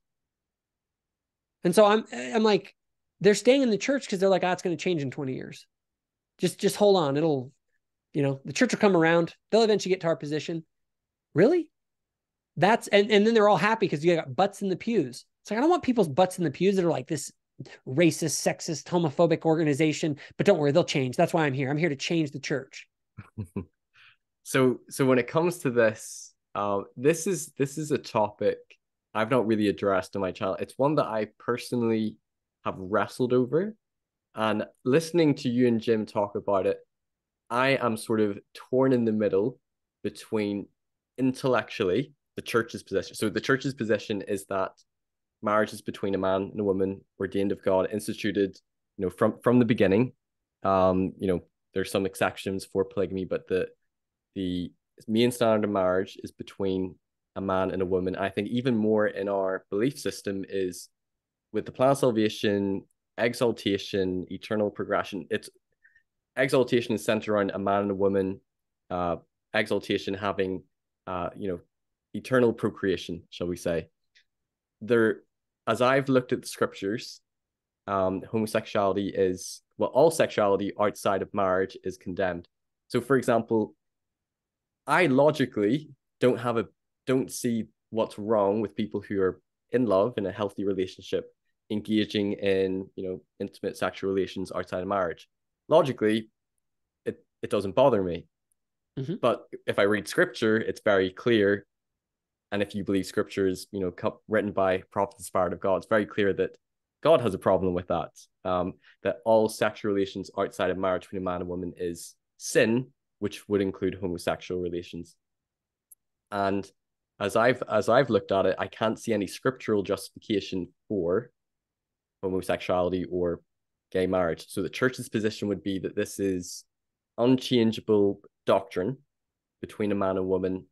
And while they've maybe softened their tone on homosexuality, and it's more about chastity than your gender attraction, but very much their position is that only sexual relations between a man and a woman is, in marriage is ordained of God. And there's been multiple statements from them that this won't change. This is based on changeable doctrine. So intellectually, I see the church's position on marriage. I see those statements. And where I I think, align with you is if the church were tomorrow to change that position and say, you know what, gay marriage is no longer a sin. Couples can be sealed in the temple. In one way, I'd feel happy for those people, because I truly mourn and empathize with those people who feel like they struggle to fit in the church. But there'd be a part of me that would think, hold on, like that would really cause me to lose faith in their credibility. That is this a change beyond what you can do? Some people might say, but maybe this is similar to the priesthood ban, So why for you? I think you would agree with that. Why for you do you not see the church's position on marriage the equivalent as the priesthood ban? So I always ask people this question: was the priesthood ban ever supported by Scripture? So some person might say it was Brigham Young's reading of Abraham in the book of Abraham and the curse of Cain, whether incorrect, which was incorrect reading or not.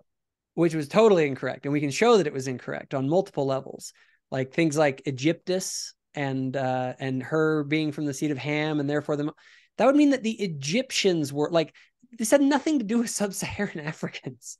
Okay. There is no, like, I challenge people to say, okay, make the scriptural case. And I will show you every time why that scriptural case just falls apart. Because the scriptures actually do communicate something, and they do not communicate that sub-Saharan Africans were meant to be banned from the priesthood. Okay, there's no scriptural basis for it. Okay, so that's the first one. Second of all, now on the other hand, is there a scriptural basis for homosexual behavior being, not allowed? Or how about for the definition of what a marriage is? Is there a scriptural basis for what the definition of a marriage is? Because the other thing is, we talk about marriage as though it's possible for two men to be married in the term, like, no, a marriage is the union of the male and the female. That's what the word describes. See, that's why the church was fighting to stop the redefinition of the word marriage in law. Because by redefining the word marriage in law, it culturally redefined what marriage is. And so now marriage is merely the union of two people. For what purpose? Well, we love each other. We want to, it's like a romantic gesture to one another. Like, that has no cosmic significance here. The whole thing that we're attached to within the church is that there's this idea of a celestial life, of a celestial order, the way that God lives and does what he does. And our scriptures are explicit that life is only attained through the covenant of eternal marriage between a man and a woman, specifically because they then have the ability to have what the scriptures call eternal increase. Yes. Okay. And these are, so within restoration, so not within Christianity, this is what I was trying to talk to Jim about. What was the big unique thing of the restoration that it brought to the table? He was like, the atonement. It's like, no, Jim, everybody believes in the atonement. What was restored was the understanding of exaltation and the ordinances to get you there. That is what Joseph Smith brought. You go to the temple and you literally sit in two groups, Adam and Eve, not Adam and Eve and the demi-boys and the gender fluids and the other genders. It's male and female. They go to an altar so that they can be joined together to reach their exaltation together as male and female, as a union of the masculine and the feminine. It does not fit within our theology. I have a gay brother who likely will be getting married to his partner, I'm sure. Or I don't know, I'm not sure, but I think it could very likely go that way. I know on the emotional level, when you see two people that love each other and that want to be together sexually and all that kind of stuff, to have the impulse to say this is fine. Yeah. Like, I get that. I'm not discounting that at all. I'm saying though, but when you actually look at what our church teaches, and then you want to say, well, let's just change it. When you can change anything, you have nothing. You don't have any truth.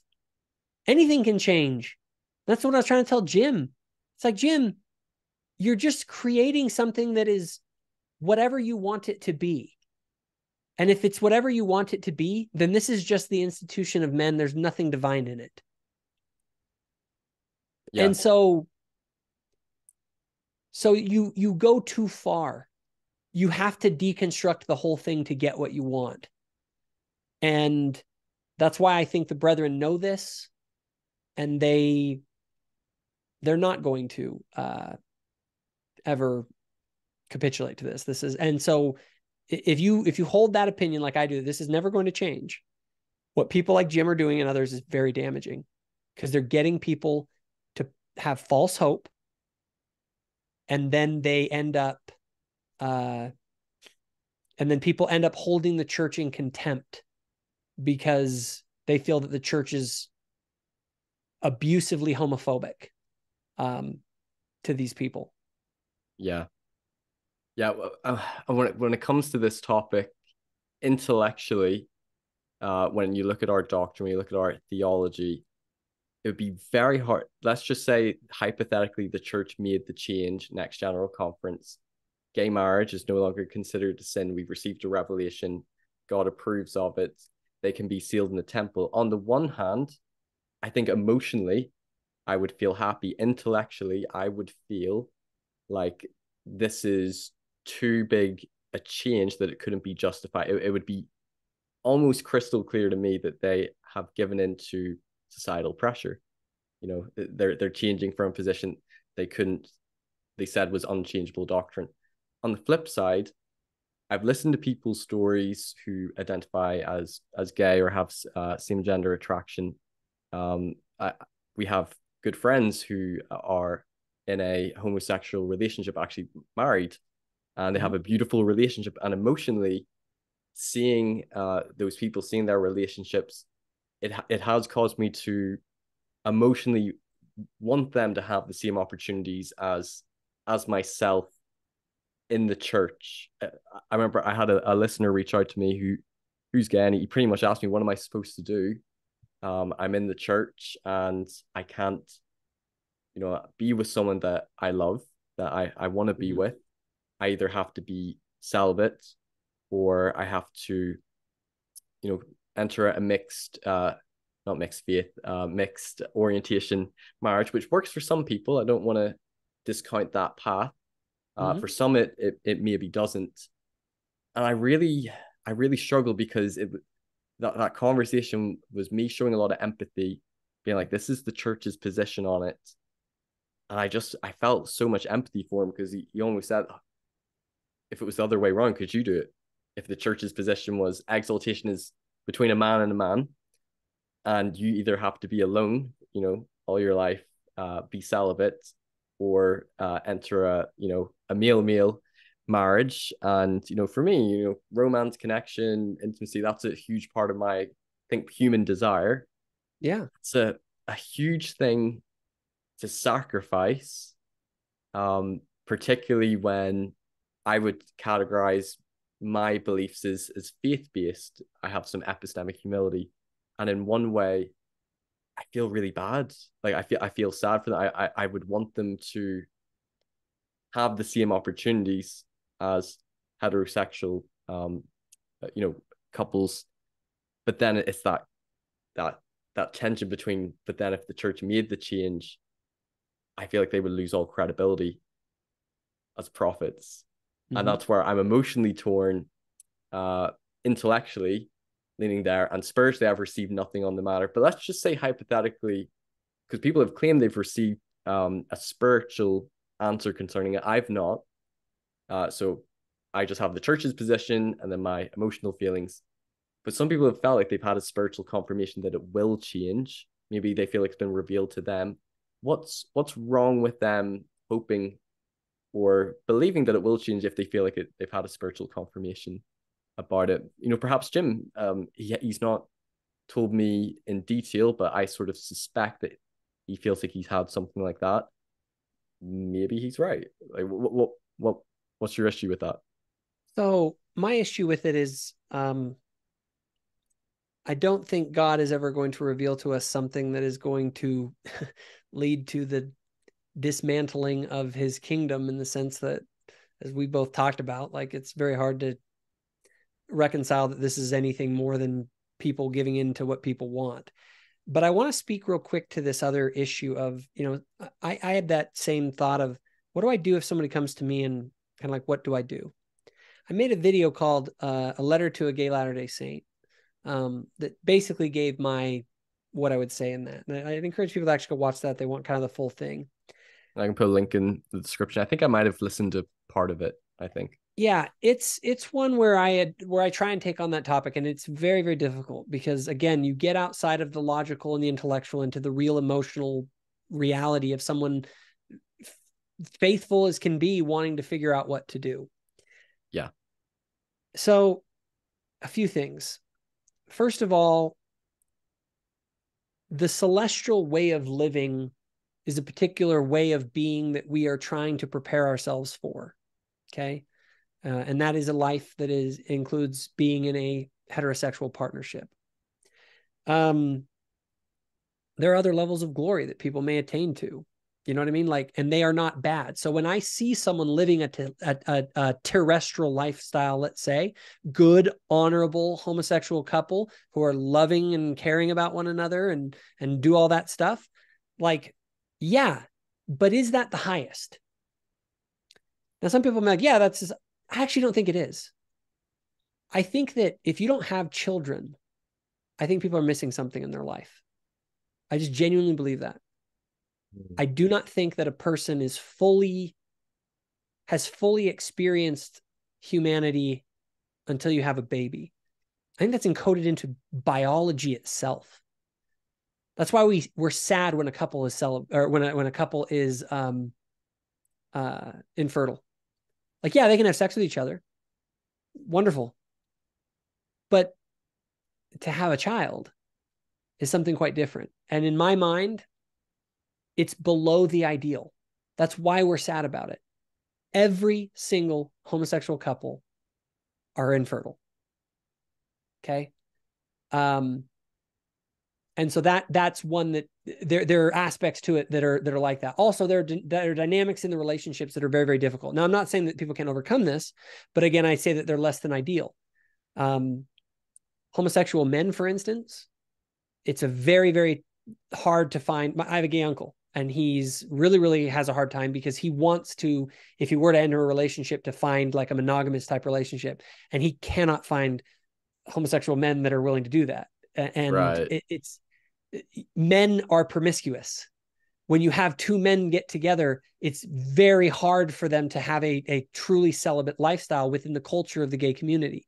So that exists. There's all sorts of things that are, again, if you have a gay couple and they're truly faithful to each other and they have a union, I'm not going to call a marriage, but a truly beautiful union between them where they take care of each other and live a good life together. Wonderful. It's not celestial. It just hasn't gotten to the best it can be. It's not possible as I view it. And so there are many good and wonderful things that aren't celestial. Remember, the celestial is not this. We're not talking about good. We're talking about the best possible. And so that's one way to conceptualize it. The other thing that I think about is we're dealing with the whole thing of being saved by grace or by our works. And some people may disagree with me, especially some of my listeners who are more conservative in their orientation. But I think we're saved when we do the best that we can in this life with the circumstances that we're dealt. I think that's what grace is. I don't know, like, if the situation was reversed, I've had people ask me that question. Could I live a celibate lifestyle? Could I go through life without a partner? I don't think I could. Yeah, I'm with you there. I think I'd be almost like, you know what? Terrestrial kingdom, celestial, better than this earth, Joseph supposedly said. All right, that'll do. And so there's a side to me that says I would probably take that sort of approach, but I also look at it and say, you know what? Your best is going to look different for each person. A kid who's born in Afghanistan, his best is going to look a lot different than my kids, because they're given different opportunities, different talents, different everything. So I'm very slow to judge what a person's best is. Maybe the best a person can do is to, find a partner that they are faithful to, and they never give up on Christ. They remain faithful. They remain a believer. They don't deny the truth that the celestial ideal is the highest ideal. They do want a celestial life. They just don't think that right now they can deal with the loneliness. And they enter that sort of a life. I'm not judging them. I'm not saying that it's right. I'm not saying that it's wrong. Maybe you can live a celestial life. Maybe you can live a celibate life and remain worthy. Now, the last question, though, is about, in the church. Why don't we accommodate these people in the church more? Why don't we include them more? Why don't we just let them get married and then have, full fellowship in the church? The problem with that, as I see it, is that the church is meant to be a model of the kingdom of God. The kingdom of God is meant to try and, as in heaven, so on earth, that we're meant to be a model of what it's like the celestial barometer in the world. It's to help people to understand the nature of the celestial order. And if we just are like, oh, let's just let them, even though they're living below that level, we're just going to act as though it was living on the celestial level, then you have a problem. You're compromising the kingdom of God. And so there's a level to which I think that there's a reason that the church has the standards that it does. It's meant to communicate something. Like, I'll kind of wrap it up with this, but so why don't we let the whole family into the temple when their daughter's getting married? Like, that seems kind of messed up, right? Like, why is it that people have to be temple worthy to go in and watch their kid get married? I think it's to communicate something. It's to communicate that there's a distinction that's been made, that there is a level of relationship that cannot exist without temple covenants. We talk about our families being separated from us in the eternities. I don't believe there's some electric fence out there that keeps you away from each other. I think it's talking, because I've experienced this within my own family. There's a difference in our relationship now that they're out of the church and they've broken their covenants, and they no longer want that relationship. They no longer want that unity that we could have had if they had maintained the same worldview as I have. And until that changes, we can never have the same level of unity until we're aligned on some of those certain fundamentals. And the temple, if nothing else, is communicating that to us. It's helping us to know that, look, we're only symbolically through the temple showing what actually already exists. And if we don't make people aware of the distinctions and we just pretend that everything is good, then we miscommunicate the truth of reality. It isn't God that's arbitrarily making things this way. This is the way reality is. The celestial life is a particular thing.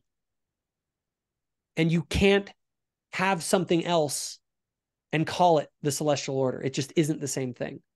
And so it's tough, but it's just the reality of it. And for those who deal with it, my heart goes out to them. I just want them to do their best. And I trust that the grace of God is sufficient, that what will shake out in the end will be what they want. I like that. Okay, so let's talk a wee bit. I'm conscious of time. but I want to talk a little bit about your interactions with critics from your channel. Maybe before we talk about your interactions, there's lots of different critics. There's some that are more scholarly, but I want to ask you about, the main sort of popular critics who are critical of the church. For example, John Glenn, he has Mormon Stories. Bill Reel has Mormon Discussions podcast. Jeremy Runnels wrote the CS letter. And they tend to put out content which is critical of the church, pointing out, issues with church history or things, calling into question the church's truth claims or calling out the church in whatever it may be.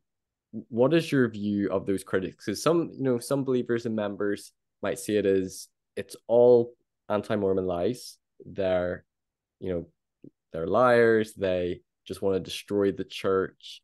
That there's no validity or sincerity to maybe some of the things that they're bringing up, and that they're just wanting to promote an agenda. What's your view on critics? Do you think that they have any, they've come to the conclusion from looking at, say, the history, they don't believe it's what it claims to be. Maybe to them, they just want to expose what they see as problems with truth claims or issues in church history, try to, point out things about the church, be more transparent and inform people, giving them benefit of the doubt. What is your view on the critics, their sort of like their motives and the content they put out? So with their motives, I actually don't really worry too much about their motives. I think there are good reasons to believe that some of their motives are suspect, especially with John Dehlin and with certain financial incentives that are behind some of this. And there's good reason to wonder about some of the motives. But I do think that somewhere deep down in there is a genuine motive to, like, they feel like they've been lied to, they feel like they've been swindled, and they want to go out and kind of tell the world about, hey, this is all a big scam. And I can understand that, because I had my experience of leaving the church. So I went through a faith crisis, completely lost faith, stepped away. It was only for about a year, and I came back, and I wasn't doing anything public. However, I think if TikTok had been created, I would have been your Irish nuance ho, doing sarcastic videos mocking the church. And I left out of integrity based on all of the issues and evidence I had come across. I came to the conclusion it no longer held up. And I think it was also part of my very simplistic, literalistic view of the gospel, church, prophet, scripture, in a way kind of set me up to fail and not being, exposed to tough things in church history. So I can extend some grace to them, understanding that I can understand why, if you feel like, oh, it's not what it claims to be, you feel like, there's been some dishonesty in the history, why you'd want to, especially if you devote your life to it, why you'd want to publicly sort of expose it in a way and criticize. I can kind of get that, because I sort of experienced that. So I can always grant them that bit of grace, that maybe they've just come to a different conclusion. They're just sharing what they perceive as their truth. Yeah. No, I don't necessarily fault them. Like, there's nothing crazy about the motivation to want to lash back out at the church. Here's my thing with the critics of the church like them, is that they're obsessed with the level 3 conversation, and they've never actually gone down into the lower levels. I tried to talk with Bill Reel about some of that stuff, and it was like kryptonite to him. I mean, he was just like, you don't have any sort of a moral philosophy to base your moral critiques of the church on. Like, this is just absurd. And so one of the things is again, if a person is in faith crisis, they need to find out what they believe. They talk about deconstruction, right? You got to deconstruct. Fine, deconstruct. But what are you going to start constructing? Like, well, we don't have to construct anything. It's like, it's fine. You don't have to, but if you're actually like us, the listeners, normal people, like, you guys can live in this world where you make money just helping people deconstruct. But at what point do you build something? Because the problem is that even their critiques have to be built on some sort of a foundation. Even if that foundation is moral integrity, honesty, these kind of things. Like, all right, you have all these values, but they need to be able to ground those in something. They have, and that's what I kind of enjoy doing with the critics, is I don't like to get into the debates over all the things of church history, because they don't have level 1 and 2 in place. Like, yeah, I agree with you, Bill Reel. It's nuts to believe in any of this stuff. You're an atheist. Now, granted, you could say, would it still be nuts? And some people do make the claim, it's still nuts even if Jesus was the Christ. It's still Yes, unbelievable. because I was going to push back on you there, because whenever I went through my faith crisis, for a lot of people, when they first lose faith in the church, they might still have that belief in God and in Jesus. So I didn't lose that. So whenever I had all the issues with the what do you call them, third tier questions, Yeah. all the church history stuff, that was still with the foundation of I still believe in God and Jesus, but there's all these problems with Joe Smith, the Book of Mormon, Mormonism. Um, so yeah, they might say, no, it's not just because we don't believe in God or in Jesus. Maybe we did, but we deconstructed Mormonism first, and then we just deconstructed Jesus and God, later. Yeah. Yeah. And I would go to them and say, so you're a Christian, you're seeking Jesus. Where is Jesus? What are you basing your notions of Jesus on? What, again, like, point me to the Christianity, and it might be a non-denominational, vague, Jesus was a good guy Christianity. That's fine. We could have a debate about that. But again, I'm not saying that a person can't have the conversation of level 3 unless you actually are a believing Christian. I'm not saying that. I'm saying that unless we grant those, even if it's just for the sake of argument, that Jesus Christ of the New Testament was true, now we can start to have a conversation. Because now Right. I think I can actually make the case for Joseph Smith. Because if you're like, well, seer stones, like, so walking on water is just fine, but a seer stone, goodness gracious, that could never happen, right? Yeah. And uh, again, like I said, miracles would almost become expected. So we can't just be like, oh, it's a miracle, therefore it's wrong. Okay. You have prophets are real, like and Jesus Christ said that, did Christ establish a church?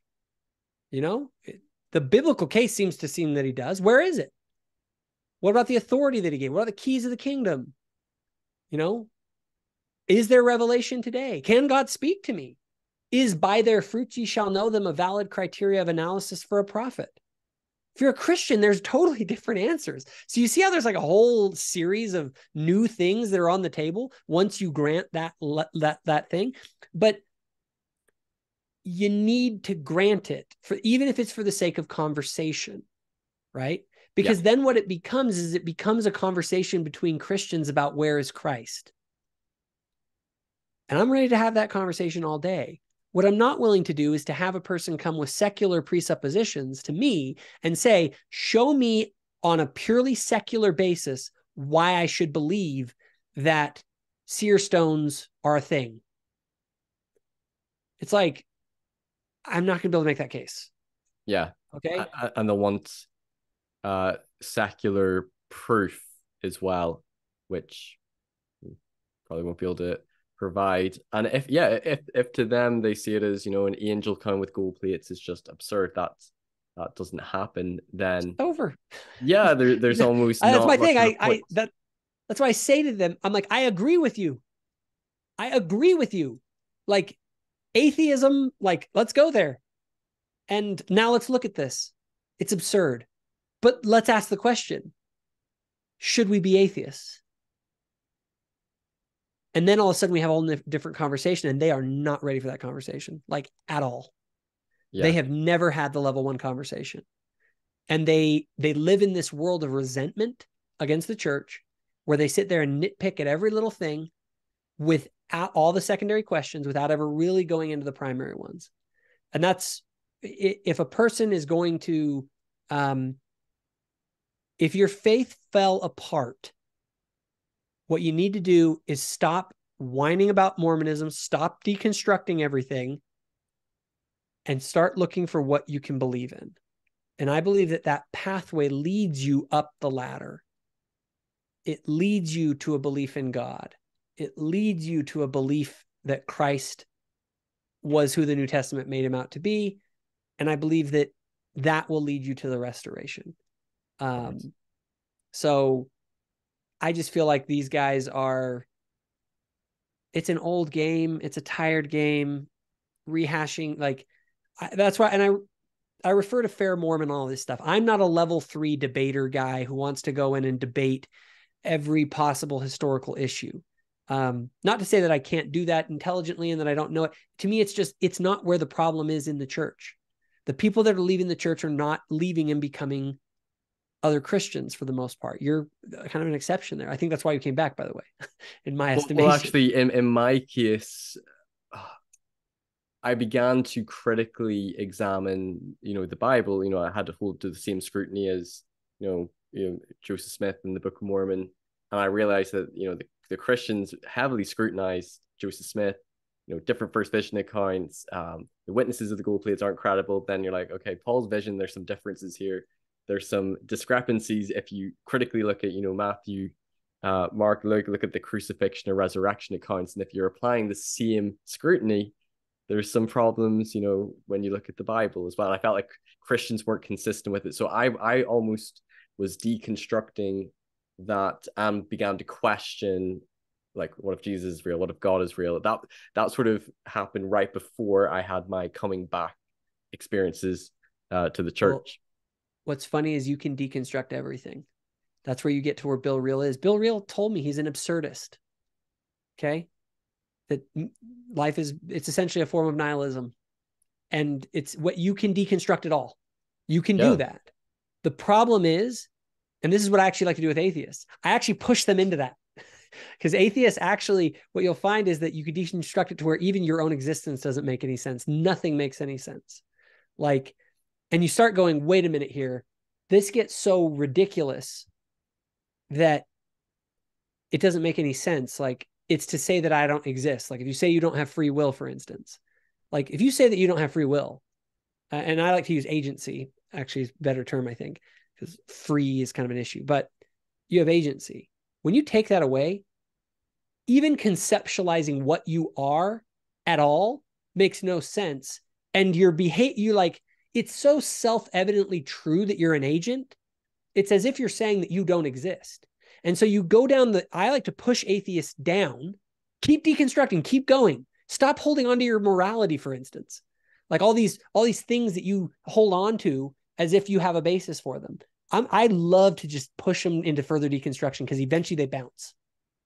Nihilism, eventually things get so absurd that you have to find these things to believe. And then I'm like, okay, now we began the process in the other direction. You believe in good and evil. You believe that you exist. You believe that you have agency. Yeah, whoa, we're getting somewhere here, right? What does this all mean? The universe actually doesn't fully deconstruct. There's something there to believe in. And I think that there's a lot that when you begin to do that, it begins to grow into this bigger picture. And so their thing is they're just deconstruction people, and they like to focus on deconstructing the restoration. But you're saying, the same tools you use will lead you right into a nihilistic hole. And I want to know what I like to do with those. If I had John DeLynn here or Jeremy Runnels or any of them, ask, all right, what do you believe in? Tell me about your beliefs and where they come from and why they're justified. And what I find is that they're basically still Christians. They hold all the same kind of moral presuppositions. They usually are secular humanists, which is basically just Christianity without Christ, all the same morals and stuff. And they have no basis for it. It's a laughable ideology, no coherent reason to believe what they believe. And so they're standing on a house of cards that's it's internally incoherent. It's not that it's just hard to believe. It's it contradicts itself. Right. And you did a few episodes with Bill Reel. What was your reaction to that?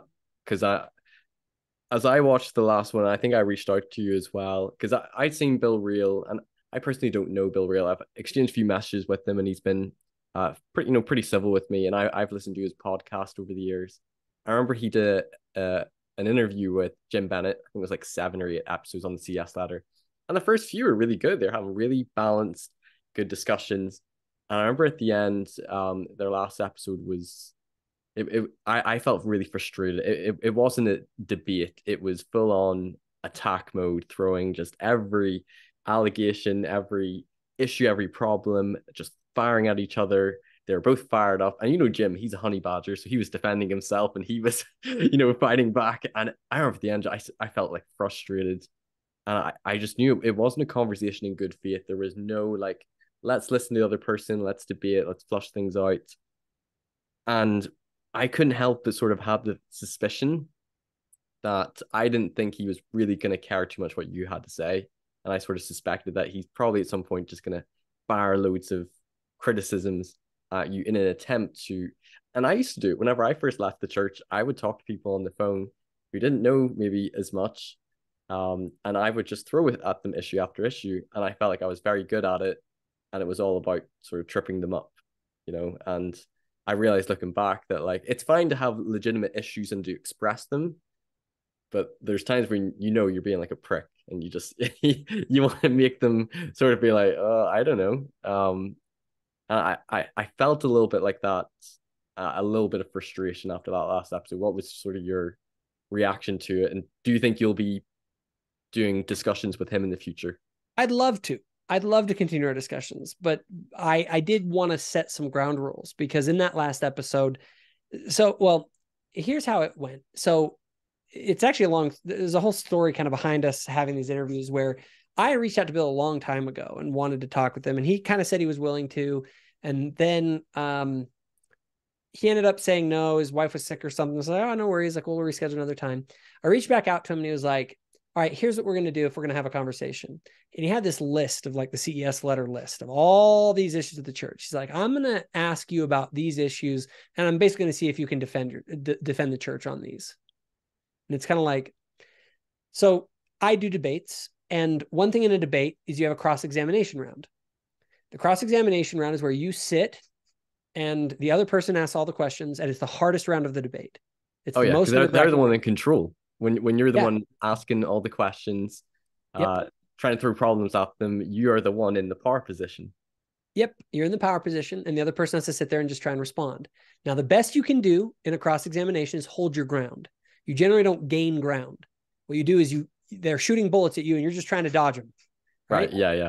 And at the end of the show, if you dodged all the bullets, congratulations. You dodged the bullets, but you didn't actually like get anywhere, right? You just didn't get hit. Now, in a debate, someone said, I want to do a debate with you, Stephen. What we're going to do is we're going to do a cross-examination round. That's going to be the whole debate. And you're going to be the one who has to answer all the questions. It's like a one-sided cross-examination. That's a bad debate. So anyway, eventually he wanted to reach out to me, or we ended up, time went by and I think he found out that I had more followers or something. And so he's willing to talk with me. And we ended up deciding we wanted to talk about things, but I was kind of like, I want to focus more on sort of the level 1 conversation stuff, right? I'm very curious about how you deal with certain issues. And I genuinely, he said, we're not going to have a debate. And I was like, fine. And if there were people that were like, why didn't you like nail him to the floor more in those first 2 discussions? And it was because in good faith, I was not going to do that.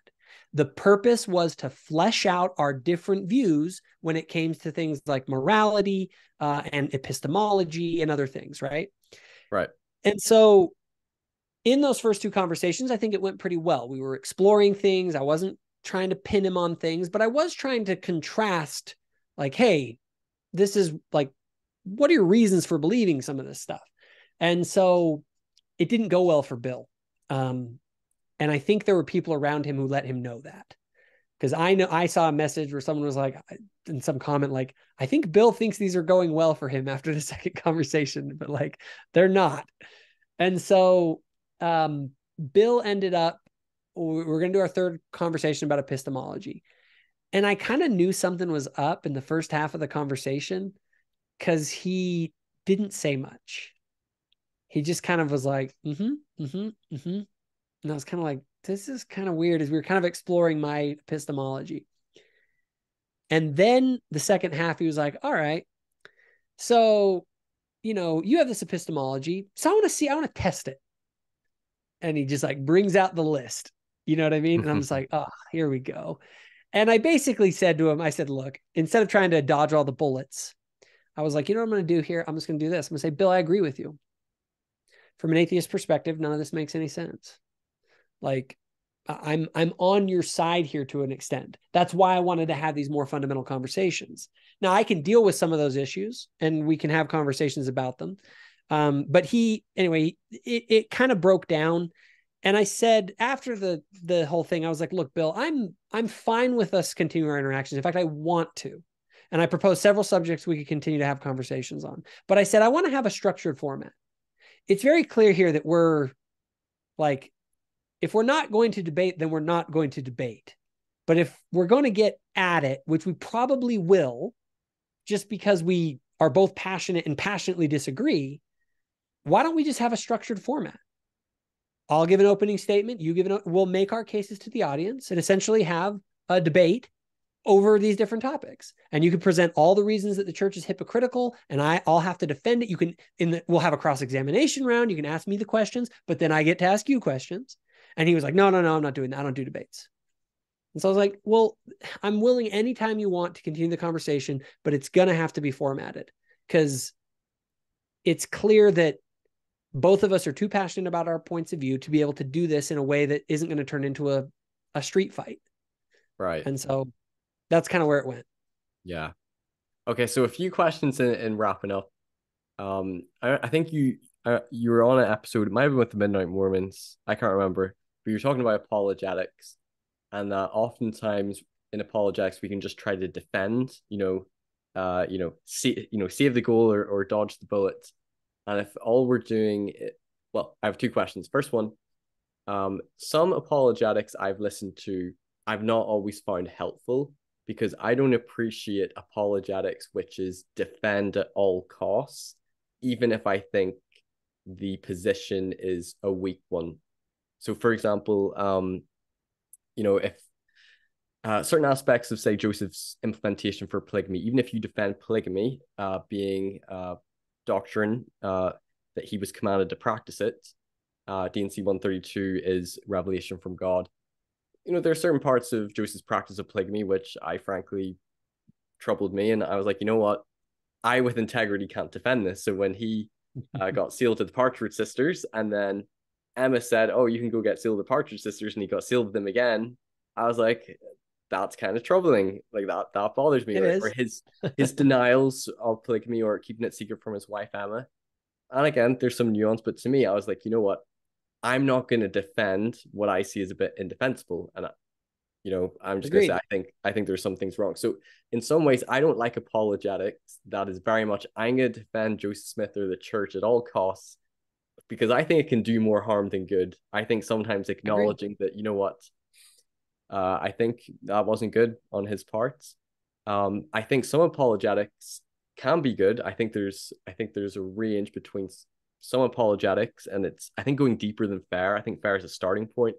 With my channel, I've had to go beyond fair, looking at different scholarly articles, reading more books on things. And with most topics, it's a cliche, but there is more nuance and complexity, those secondary issues. And it's ironic that the primary questions are what brought me back to the church, but then my channel's kind of focused on the secondary questions. But I think they're still really important. And I think people can still have real issues, as I've had real issues intellectually to faith. And I think some apologetics, there can be good answers. Some it's like, okay, there's a different interpretation, but there's more nuance here. And at times I'm like, okay, I can see the critic's argument when it comes to this.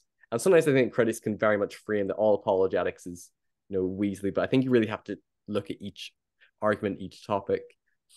But I remember you also said that in apologetics, it's not good if it's only defense, but there needs to be some offense and presenting a case for it. And as I've been doing my Book of Mormon series, my last few episodes, because I spent like 15 episodes just looking at the criticisms, so I was like, oh boy, I need to now move on to evidence for it. And there's a case that can be made, for the witnesses for Old World, New World archaeology and convergences, for the book's complexity, ancient elements.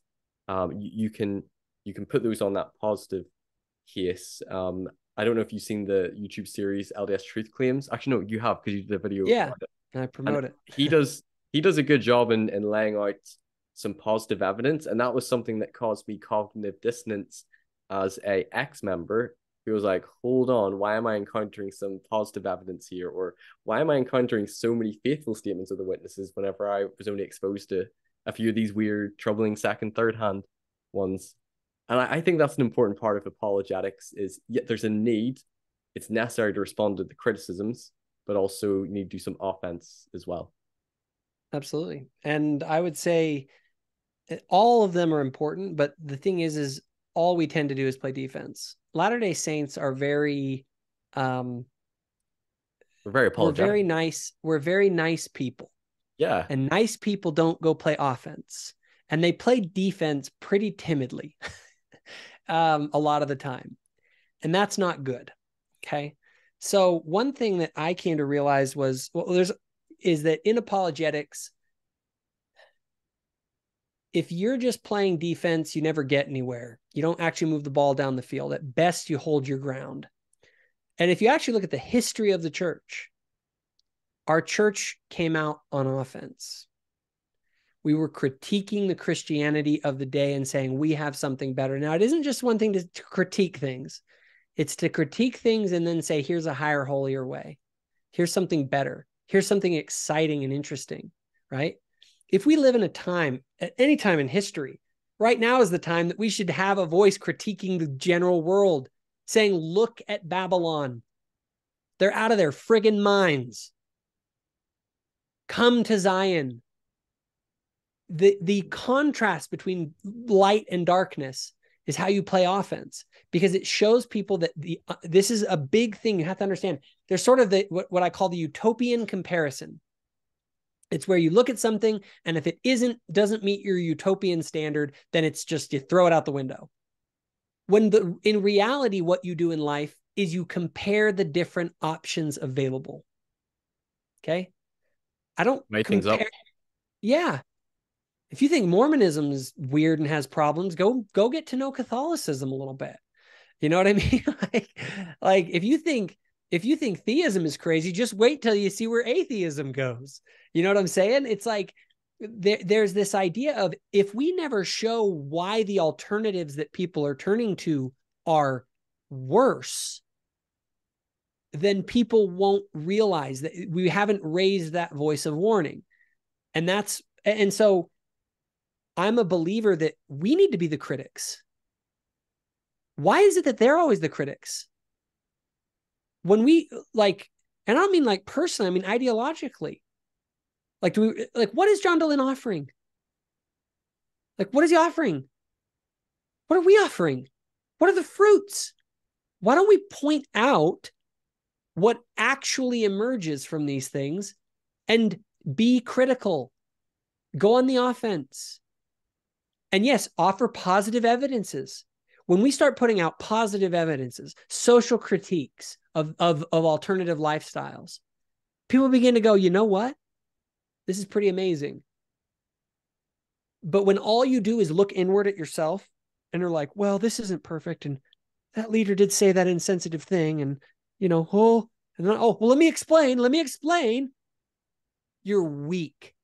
That is, go read Parley Pratt's Key to the Science of Theology. It's beautiful. He just rips apart all other theological conceptions out there in mainland Christianity. And then people are like, oh, that's contentious. That's bad. It's also the thing that brought in thousands and thousands of converts to this church. Okay. We used to baptize people in droves. You want to know why? Because we went out to them and we said, look at the world. It's bad. Here is something beautiful. Come and join us. And people are excited about that. When you're on offense, we're marching forward. The standard of truth is going forth. Now it's please don't hurt us. Don't be contentious. Don't, there might be answers. Just pray about it. It's if you reduce us to that, we're just going to wither and die because we don't have any actual positive forward momentum. Yeah. And then there are other people who just avoid it all. They just pretend that it's not there. They go listen to some podcast by Emily Bell Freebaron where they talk about all the fluffy good stuff, never talk about anything that's bad. And then all of a sudden, and they create members who live in this utopian world that isn't real. And then all of a sudden, like you, they go and find out more of the story and they go, these people are just blowing smoke and sunshine and they're not engaging with the real world. I feel like now my eyes have been opened because I've actually talked with people who seem to be dealing with more than sunshine and fluffy feel-good platitudes. So I'm very critical of not only the critics, but also of our weak apologetics that we do that are all defense and no offense. And I'm trying to be part of the offense movement within online Mormonism. I think that's an important voice as well, and something I've thought about doing for my channel, because I've mostly this is probably criticism to me. I've mostly been focusing on the criticisms and addressing a lot of the attacks, and exploring it. But I feel like to be balanced, you need to look at, is there a positive case for as well, present that. And I'm thinking of working on a top 10 evidences video. Hesitant to do it, not that I'm trying to prove it to people, but you'll often hear people, critics, ex-members say that there's so much, all the evidence, all the data points to it not being what it claims to be.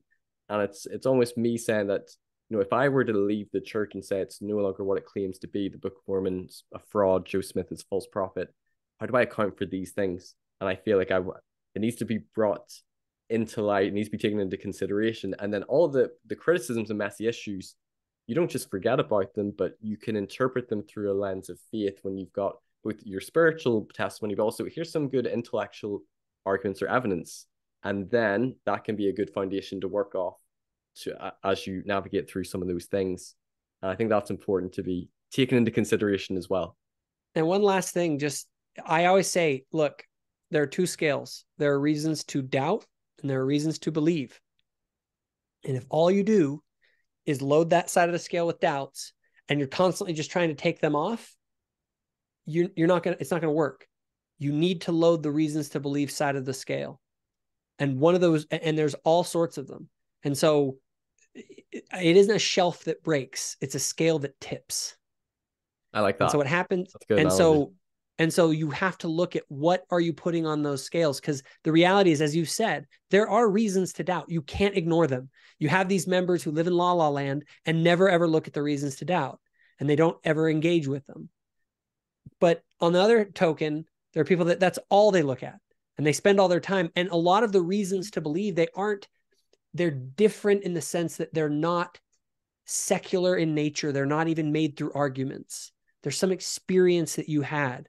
They're the more fundamental beliefs in God and Jesus Christ. The fact that you have agency. There are all these things that pile up on that other side of the scale, that what they do is it doesn't negate that these things exist. It just puts them into a perspective to where now they're much smaller than they used to be. And that's the game change. That's why when they say doubt your doubts, I don't think what they're saying is, just ignore these things. Yeah, because that doesn't work. I tried doing that when I was reconfronting with a lot of my doubts again after returning to the church. I tried sort of like, I would listen to some podcasts and things, but I almost would consider what I was doing as I was like an object, just like listening to podcasts, but then not really figuring things out. And then I was like leaving things sort of on the shelf, so to speak. And then suddenly all of the doubts just reemerged. I was like being confronted, I had family members who were leaving, throwing at me the same issues, and I hadn't adequately fully dealt with a good response to some of these things. And that sort of propelled me to starting the channel. And I actually felt like a spiritual impression that God was telling me, actually, you need to dive deeper. You need to go both feet in rather than, oh no, stay away from it. It was more like but you need to really do your research and spend as much time with the faithful scholarship as well. Because up until that point, I'd only really read maybe a couple of faithful books, Rough Stone Rolling, Saints. I hadn't really read the works of, Dan Peterson or, Grant Gardner, Michael Ash. And I was like, I need to, Terrell Givens, I need to actually read their books. And as you dive deeper into a topic, there is a whole lot more nuance and complexity, and you find some answers. Yep. And it isn't even necessarily that you took those things off. It's that you put something else on the other side that maybe is bigger, and or you made that rock smaller than it used to be. And so I always have this thing where, again, those scales, like, you got to take the time to, like you're saying, do the faithful scholarship. I think what the Lord was telling you was like, load that side of the scale. Remember, you have another side. Yeah. If you just are loading that side of the scale, you're not going to get there. And anyway, there's a ton that can be said about that, but it's one of those things that for me it's a different paradigm for viewing things. And Um, there are always going to be things on the doubt side of the scale. And so you don't have to freak out when they exist. You just have to remember that there are other things that can make those things a lot smaller. There are reasons to believe. Yeah. Okay. Last question or two, because I want to wrap up. We've been going for a long time. There's more things I want to talk to you about, but we're going too long. There's some people who are struggling maybe with their faith, maybe struggling with sincere doubts, maybe with regards to things of church history, the church's truth claims. I had an older woman who had been, a strong member her whole life, who came to me being like, Steve, I'd never heard of the multiple first vision accounts. And I don't know if she was really in big faith crisis, but it was almost like, why have I never heard about this? And some people might feel that the church hasn't been fully transparent in their history. They have some issues with the church, or maybe that like they feel like the church has harmed them. That's a message being put out, and some people have maybe experienced some harm. Do you validate those people who maybe feel that way? That's the first question. And then what would be your encouragement or advice to those people who are in sort of a faith crisis or feel a bit disillusioned with the church? Yeah. First of all, 100%. It's totally normal for people to not only have doubts, but like serious doubts, like things that really rock you. Yeah. I don't think you're a bad person because you find things that are challenges. Again, you're going to come across, we're going to talk about those things that are on the other side of the scale. And if you don't think they exist, well, that's probably because you have not really been out much. But I would say that I can only really say the advice to people like that is go back to what you know. That's what I did with my sort of faith remodeling. I went back down to the beginning. Who am I? What am I? How do I know anything? What's my nature as a human being? Am I just a meat computer? Is there a God? And those are not Mormon questions. No. Nothing to do with Deep, the church per fundamental se. philosophical questions. Yeah, these are deep questions. And I think that when you start to come to realize that you have good reasons to believe in God and that you have good reasons to believe in Christ, then you can turn to him because you actually believe in him. And then he can answer you. And then he can teach you how to find his work in the world. And so our problem is framed as a historical one when I think it's much deeper. People have, they've actually lost Christ, is what they've lost. Or they never really had him independent of Joseph Smith. And I think that's a problem. I think you need to become a Christian. And once you're a Christian, you will find that this is his church. I love it. And last question, why are you a member of the church? Why do you stay in the church? What is sort of your, testimony or your spiritual foundation for why you are a member of the church, Jesus Christ of Latter-day Saints? Because it's true. Fundamentally, I believe fundamentally in the fundamental truth claims of the church. I believe that there is a God. I believe that God manifested himself in the world through Jesus Christ, and the New Testament is fundamentally true. It doesn't mean that I believe that it's an inerrant work that has no fallibility in it. And when I seek Christ, this person who rose from the dead, I believe, and what he's doing now,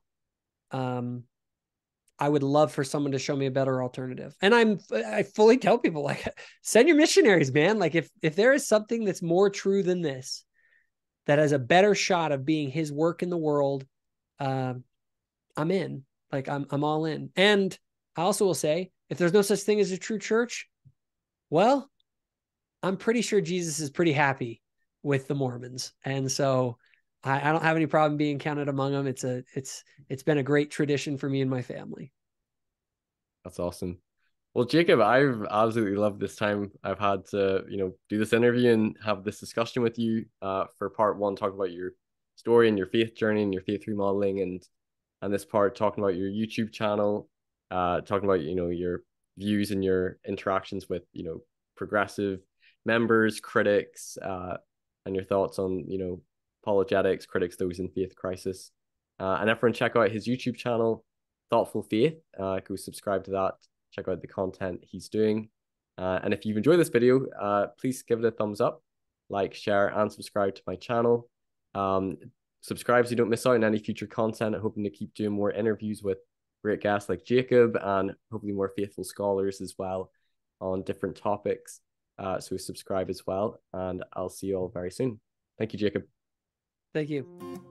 Thanks everyone for watching this episode. If you've enjoyed it, please give it a like, share it with others who might benefit, and don't forget to subscribe so you don't miss any future content. You can also listen to these episodes on podcast form on Anchor or Spotify, and you can follow me on Facebook, Instagram, and TikTok. Check out my website for more content, personal blog, and more. And if you care to donate to support me, you can via my PayPal or Patreon, or through the website. And you can also give donations via YouTube through Super Chats. Thanks for watching Mormonism with the Murph. Take care. Bye-bye.